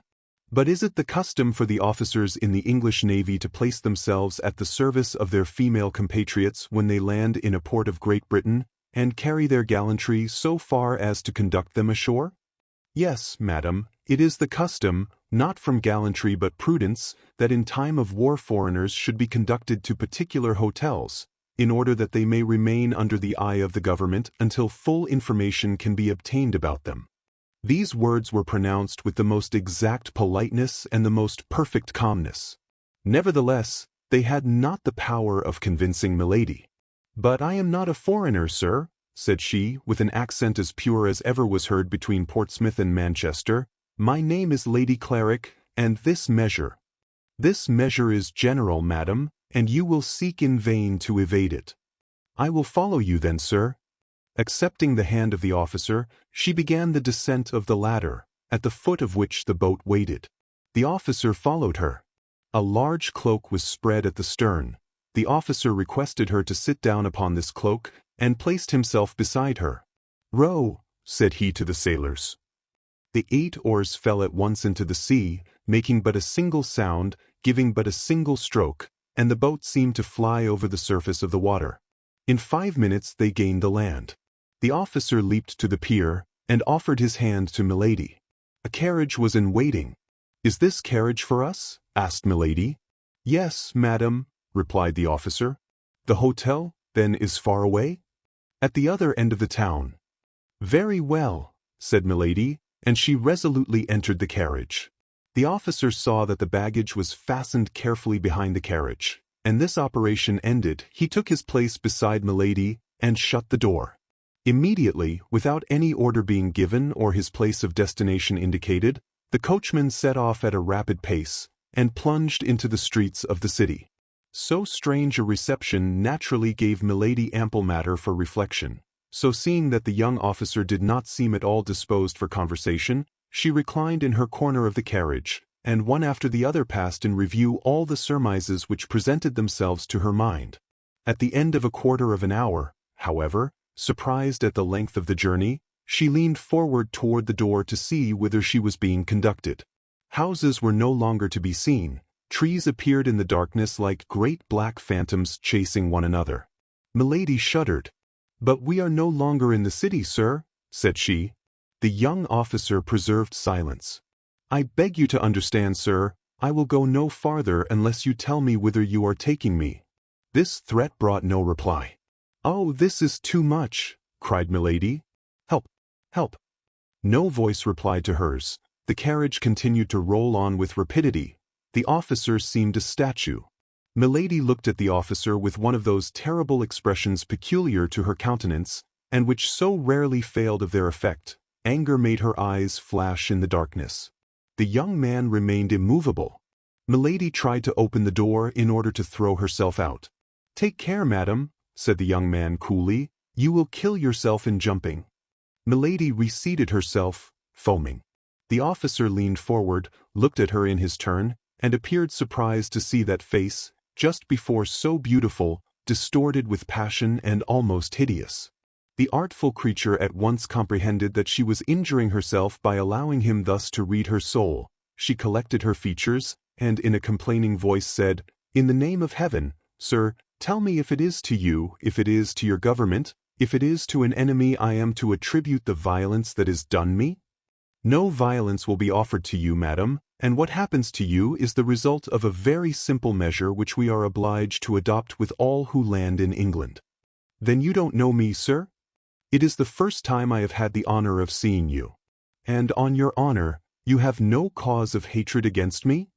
"None, I swear to you." There was so much serenity, coolness, mildness even in the voice of the young man, that Milady felt reassured. At length, after a journey of nearly an hour, the carriage stopped before an iron gate, which closed an avenue leading to a castle severe in form, massive and isolated. Then, as the wheels rolled over a fine gravel, Milady could hear a vast roaring, which she at once recognized as the noise of the sea dashing against some steep cliff. The carriage passed under two arched gateways, and at length stopped in a court large, dark, and square. Almost immediately the door of the carriage was opened. The young man sprang lightly out and presented his hand to Milady, who leaned upon it, and in her turn alighted with tolerable calmness. "Still, then, I am a prisoner," said Milady, looking around her, and bringing back her eyes with a most gracious smile to the young officer. "But I feel assured it will not be for long," added she. "My own conscience and your politeness, sir, are the guarantees of that." However flattering this compliment, the officer made no reply, but drawing from his belt a little silver whistle, such as boatswains use in ships of war, he whistled 3 times, with 3 different modulations. Immediately several men appeared, who unharnessed the smoking horses, and put the carriage into a coach-house. Then the officer, with the same calm politeness, invited his prisoner to enter the house. She, with a still smiling countenance, took his arm, and passed with him under a low arched door, which by a vaulted passage, lighted only at the farther end, led to a stone staircase around an angle of stone. They then came to a massive door, which after the introduction into the lock of a key which the young man carried with him, turned heavily upon its hinges, and disclosed the chamber destined for Milady. With a single glance the prisoner took in the apartment in its minutest details. It was a chamber whose furniture was at once appropriate for a prisoner or a free man, and yet bars at the windows and outside bolts at the door decided the question in favor of the prison. In an instant all the strength of mind of this creature, though drawn from the most vigorous sources, abandoned her. She sank into a large easy chair, with her arms crossed, her head lowered, and expecting every instant to see a judge enter to interrogate her. But no one entered except 2 or 3 marines, who brought her trunks and packages, deposited them in a corner, and retired without speaking. The officer superintended all these details with the same calmness Milady had constantly seen in him, never pronouncing a word himself, and making himself obeyed by a gesture of his hand or a sound of his whistle. It might have been said that between this man and his inferiors spoken language did not exist, or had become useless. At length Milady could hold out no longer. She broke the silence. "In the name of heaven, sir," cried she, "what means all that is passing? Put an end to my doubts. I have courage enough for any danger I can foresee, for every misfortune which I understand. Where am I, and why am I here? If I am free, why these bars and these doors? If I am a prisoner, what crime have I committed? You are here in the apartment destined for you, madam. I received orders to go and take charge of you on the sea, and to conduct you to this castle. This order I believe I have accomplished with all the exactness of a soldier, but also with the courtesy of a gentleman. There terminates, at least to the present moment, the duty I had to fulfill toward you. The rest concerns another person." "And who is that other person?" asked Milady warmly. "Can you not tell me his name?" At the moment a great jingling of spurs was heard on the stairs. Some voices passed and faded away, and the sound of a single footstep approached the door. "That person is here, madam," said the officer, leaving the entrance open, and drawing himself up in an attitude of respect. At the same time the door opened. A man appeared on the threshold. He was without a hat, carried a sword, and flourished a handkerchief in his hand. Milady thought she recognized this shadow in the gloom. She supported herself with one hand upon the arm of the chair, and advanced her head as if to meet a certainty. The stranger advanced slowly, and as he advanced, after entering into the circle of light projected by the lamp, Milady involuntarily drew back. Then when she had no longer any doubt, she cried, in a state of stupor, "What, my brother, is it you?" "Yes, fair lady," replied Lord de Winter, making a bow, half courteous, half ironical, "it is I, myself." "But this castle, then, is mine. This chamber is yours. I am, then, your prisoner?" "Nearly so. But this is a frightful abuse of power. No high-sounding words. Let us sit down and chat quietly as brother and sister ought to do." Then, turning toward the door, and seeing that the young officer was waiting for his last orders, he said, "All is well, I thank you. Now leave us alone, Mr. Felton." Chapter 50. Chat between brother and sister. During the time which Lord de Winter took to shut the door, close a shutter, and draw a chair near to his sister-in-law's fauteuil, Milady, anxiously thoughtful, plunged her glance into the depths of possibility, and discovered all the plan, of which she could not even obtain a glance as long as she was ignorant into whose hands she had fallen. She knew her brother-in-law to be a worthy gentleman, a bold hunter, an intrepid player, enterprising with women, but by no means remarkable for his skill in intrigues. How had he discovered her arrival, and caused her to be seized? Why did he detain her? Athos had dropped some words which proved that the conversation she had with the cardinal had fallen into outside ears, but she could not suppose that he had dug a countermine so promptly and so boldly. She rather feared that her preceding operations in England might have been discovered. Buckingham might have guessed that it was she who had cut off the 2 studs, and avenged himself for that little treachery. But Buckingham was incapable of going to any excess against a woman, particularly if that woman was supposed to have acted from a feeling of jealousy. This supposition appeared to her most reasonable. It seemed to her that they wanted to revenge the past, and not to anticipate the future. At all events, she congratulated herself upon having fallen into the hands of her brother-in-law, with whom she reckoned she could deal very easily, rather than into the hands of an acknowledged and intelligent enemy. "Yes, let us chat, brother," said she, with a kind of cheerfulness, decided as she was to draw from the conversation, in spite of all the dissimulation Lord de Winter could bring, the revelations of which she stood in need to regulate her future conduct. "You have, then, decided to come to England again," said Lord de Winter, "in spite of the resolutions you so often expressed in Paris never to set your feet on British ground?" Milady replied to this question by another question. "To begin with, tell me," said she, "how have you watched me so closely as to be aware beforehand not only of my arrival, but even of the day, the hour, and the port at which I should arrive?" Lord de Winter adopted the same tactics as Milady, thinking that as his sister-in-law employed them they must be the best. "But tell me, my dear sister," replied he, "what makes you come to England?"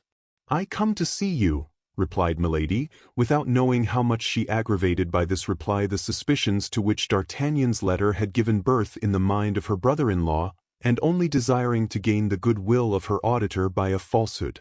"Ah, to see me?" said de Winter cunningly. "To be sure, to see you. What is there astonishing in that? And you had no other object in coming to England but to see me?" "No. So it was for me alone you have taken the trouble to cross the Channel?" "For you alone." "The deuce! What tenderness, my sister!"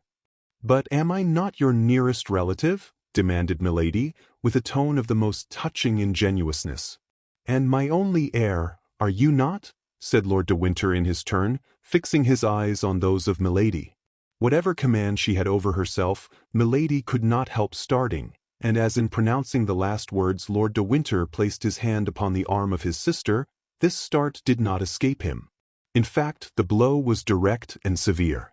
The first idea that occurred to Milady's mind was that she had been betrayed by Kitty, and that she had recounted to the Baron the selfish aversion toward himself of which she had imprudently allowed some marks to escape before her servant. She also recollected the furious and imprudent attack she had made upon D'Artagnan when he spared the life of her brother. "I do not understand, my lord," said she, in order to gain time and make her adversary speak out. "What do you mean to say? Is there any secret meaning concealed beneath your words?" "Oh, my God, no," said Lord de Winter, with apparent good nature. "You wish to see me, and you come to England. I learn this desire, or rather I suspect that you feel it, and in order to spare you all the annoyances of a nocturnal arrival in a port and all the fatigues of landing, I send one of my officers to meet you, I place a carriage at his orders, and he brings you hither to this castle, of which I am governor, whither I come every day, and where, in order to satisfy our mutual desire of seeing each other, I have prepared you a chamber. What is there more astonishing in all that I have said to you than in what you have told me? No, what I think astonishing is that you should expect my coming. And yet that is the most simple thing in the world, my dear sister. Have you not observed that the captain of your little vessel, on entering the roadstead, sent forward, in order to obtain permission to enter the port, a little boat bearing his logbook and the register of his voyagers? I am commandant of the port. They brought me that book. I recognized your name in it. My heart told me what your mouth has just confirmed, that is to say, with what view you have exposed yourself to the dangers of a sea so perilous, or at least so troublesome at this moment, and I sent my cutter to meet you. You know the rest." Milady knew that Lord de Winter lied, and she was the more alarmed. "My brother," continued she, "was not that my Lord Buckingham whom I saw on the jetty this evening as we arrived?" "Himself." "Ah, I can understand how the sight of him struck you," replied Lord de Winter. "You came from a country where he must be very much talked of, and I know that his armaments against France greatly engaged the attention of your friend the Cardinal." "My friend the Cardinal!" cried Milady, seeing that on this point as on the other Lord de Winter seemed well instructed. "Is he not your friend?" replied the Baron, negligently. "Ah, pardon. I thought so, but we will return to my Lord Duke presently. Let us not depart from the sentimental turn our conversation had taken. You came, you say, to see me?" "Yes." "Well, I reply that you shall be served to the height of your wishes, and that we shall see each other every day." "Am I, then, to remain here eternally?" demanded Milady, with a certain terror. "Do you find yourself badly lodged, sister? Demand anything you want, and I will hasten to have you furnished with it." "But I have neither my women nor my servants."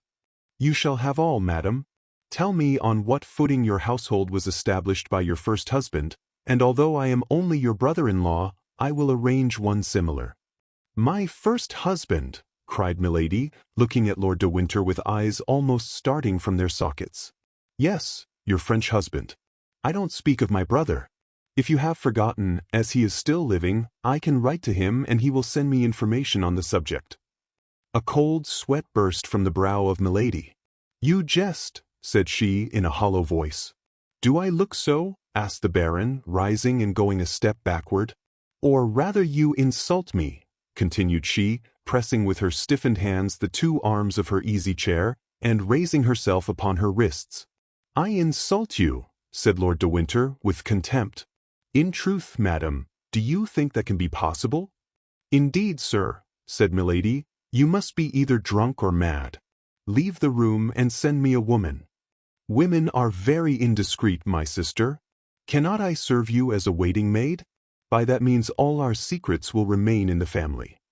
"Insolent!" cried Milady, and as if acted upon by a spring, she bounded toward the Baron, who awaited her attack with his arms crossed, but nevertheless with one hand on the hilt of his sword. "Come," said he. "I know you are accustomed to assassinate people, but I warn you I shall defend myself even against you." "You are right," said Milady. "You have all the appearance of being cowardly enough to lift your hand against a woman."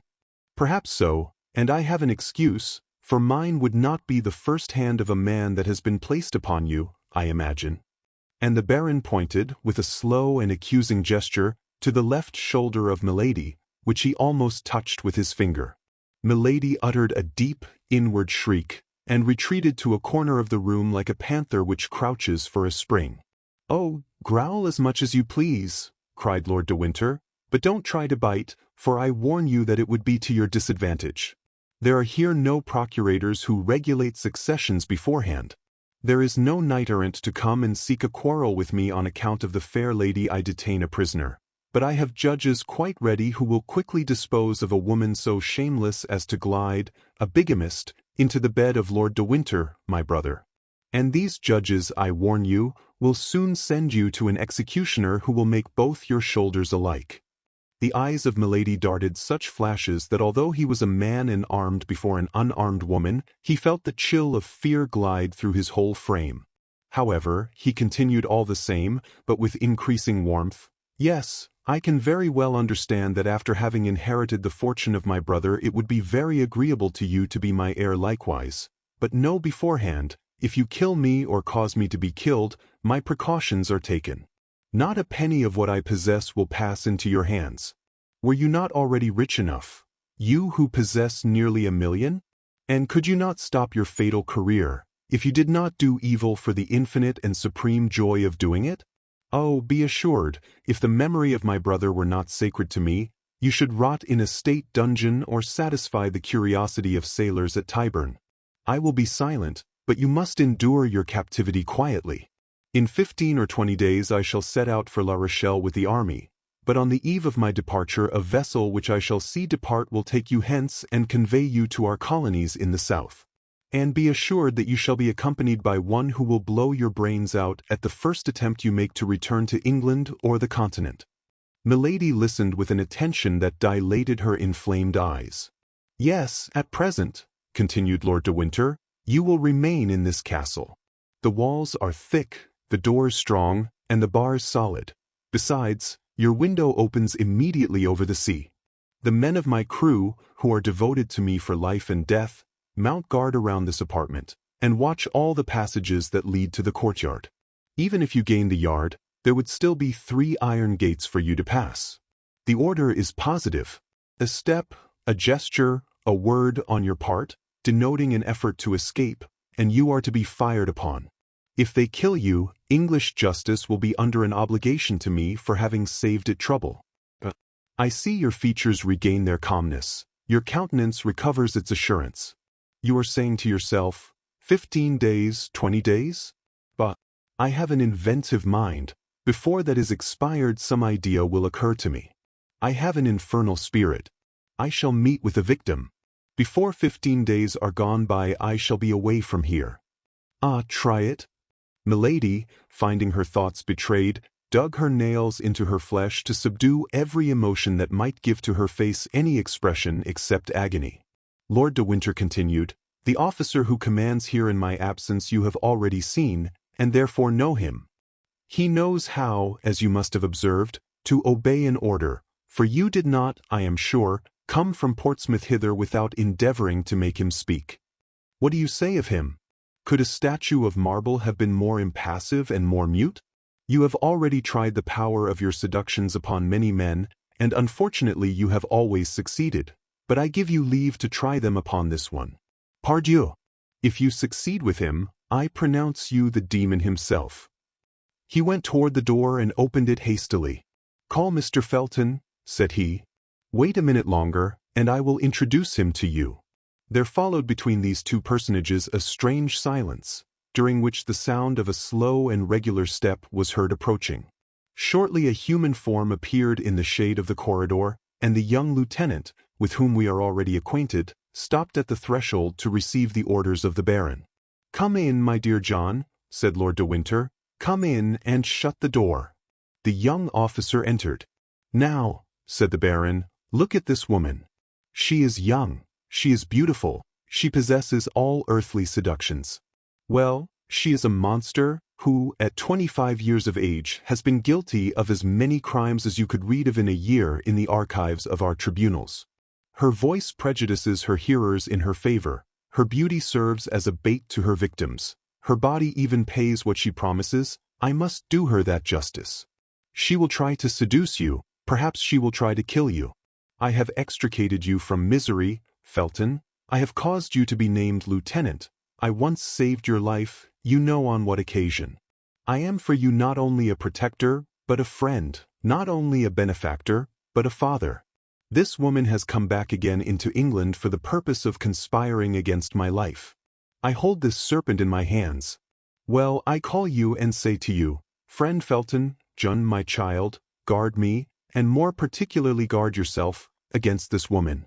Swear, by your hopes of salvation, to keep her safely for the chastisement she has merited. John Felton, I trust your word. John Felton, I put faith in your loyalty." "My lord," said the young officer, summoning to his mild countenance all the hatred he could find in his heart, "my lord, I swear all shall be done as you desire." Milady received this look like a resigned victim. It was impossible to imagine a more submissive or a more mild expression than that which prevailed on her beautiful countenance. Lord de Winter himself could scarcely recognize the tigress who, a minute before, prepared apparently for a fight. "She is not to leave this chamber, understand, John," continued the Baron. "She is to correspond with nobody, she is to speak to no one but you, if you will do her the honor to address a word to her." "That is sufficient, my lord. I have sworn. And now, madam, try to make your peace with God, for you are judged by men." Milady let her head sink, as if crushed by this sentence. Lord de Winter went out, making a sign to Felton, who followed him, shutting the door after him. One instant after, the heavy step of a marine who served as sentinel was heard in the corridor, his axe in his girdle and his musket on his shoulder. Milady remained for some minutes in the same position, for she thought they might perhaps be examining her through the keyhole. She then slowly raised her head, which had resumed its formidable expression of menace and defiance, ran to the door to listen, looked out of her window, and returning to bury herself again in her large armchair, she reflected.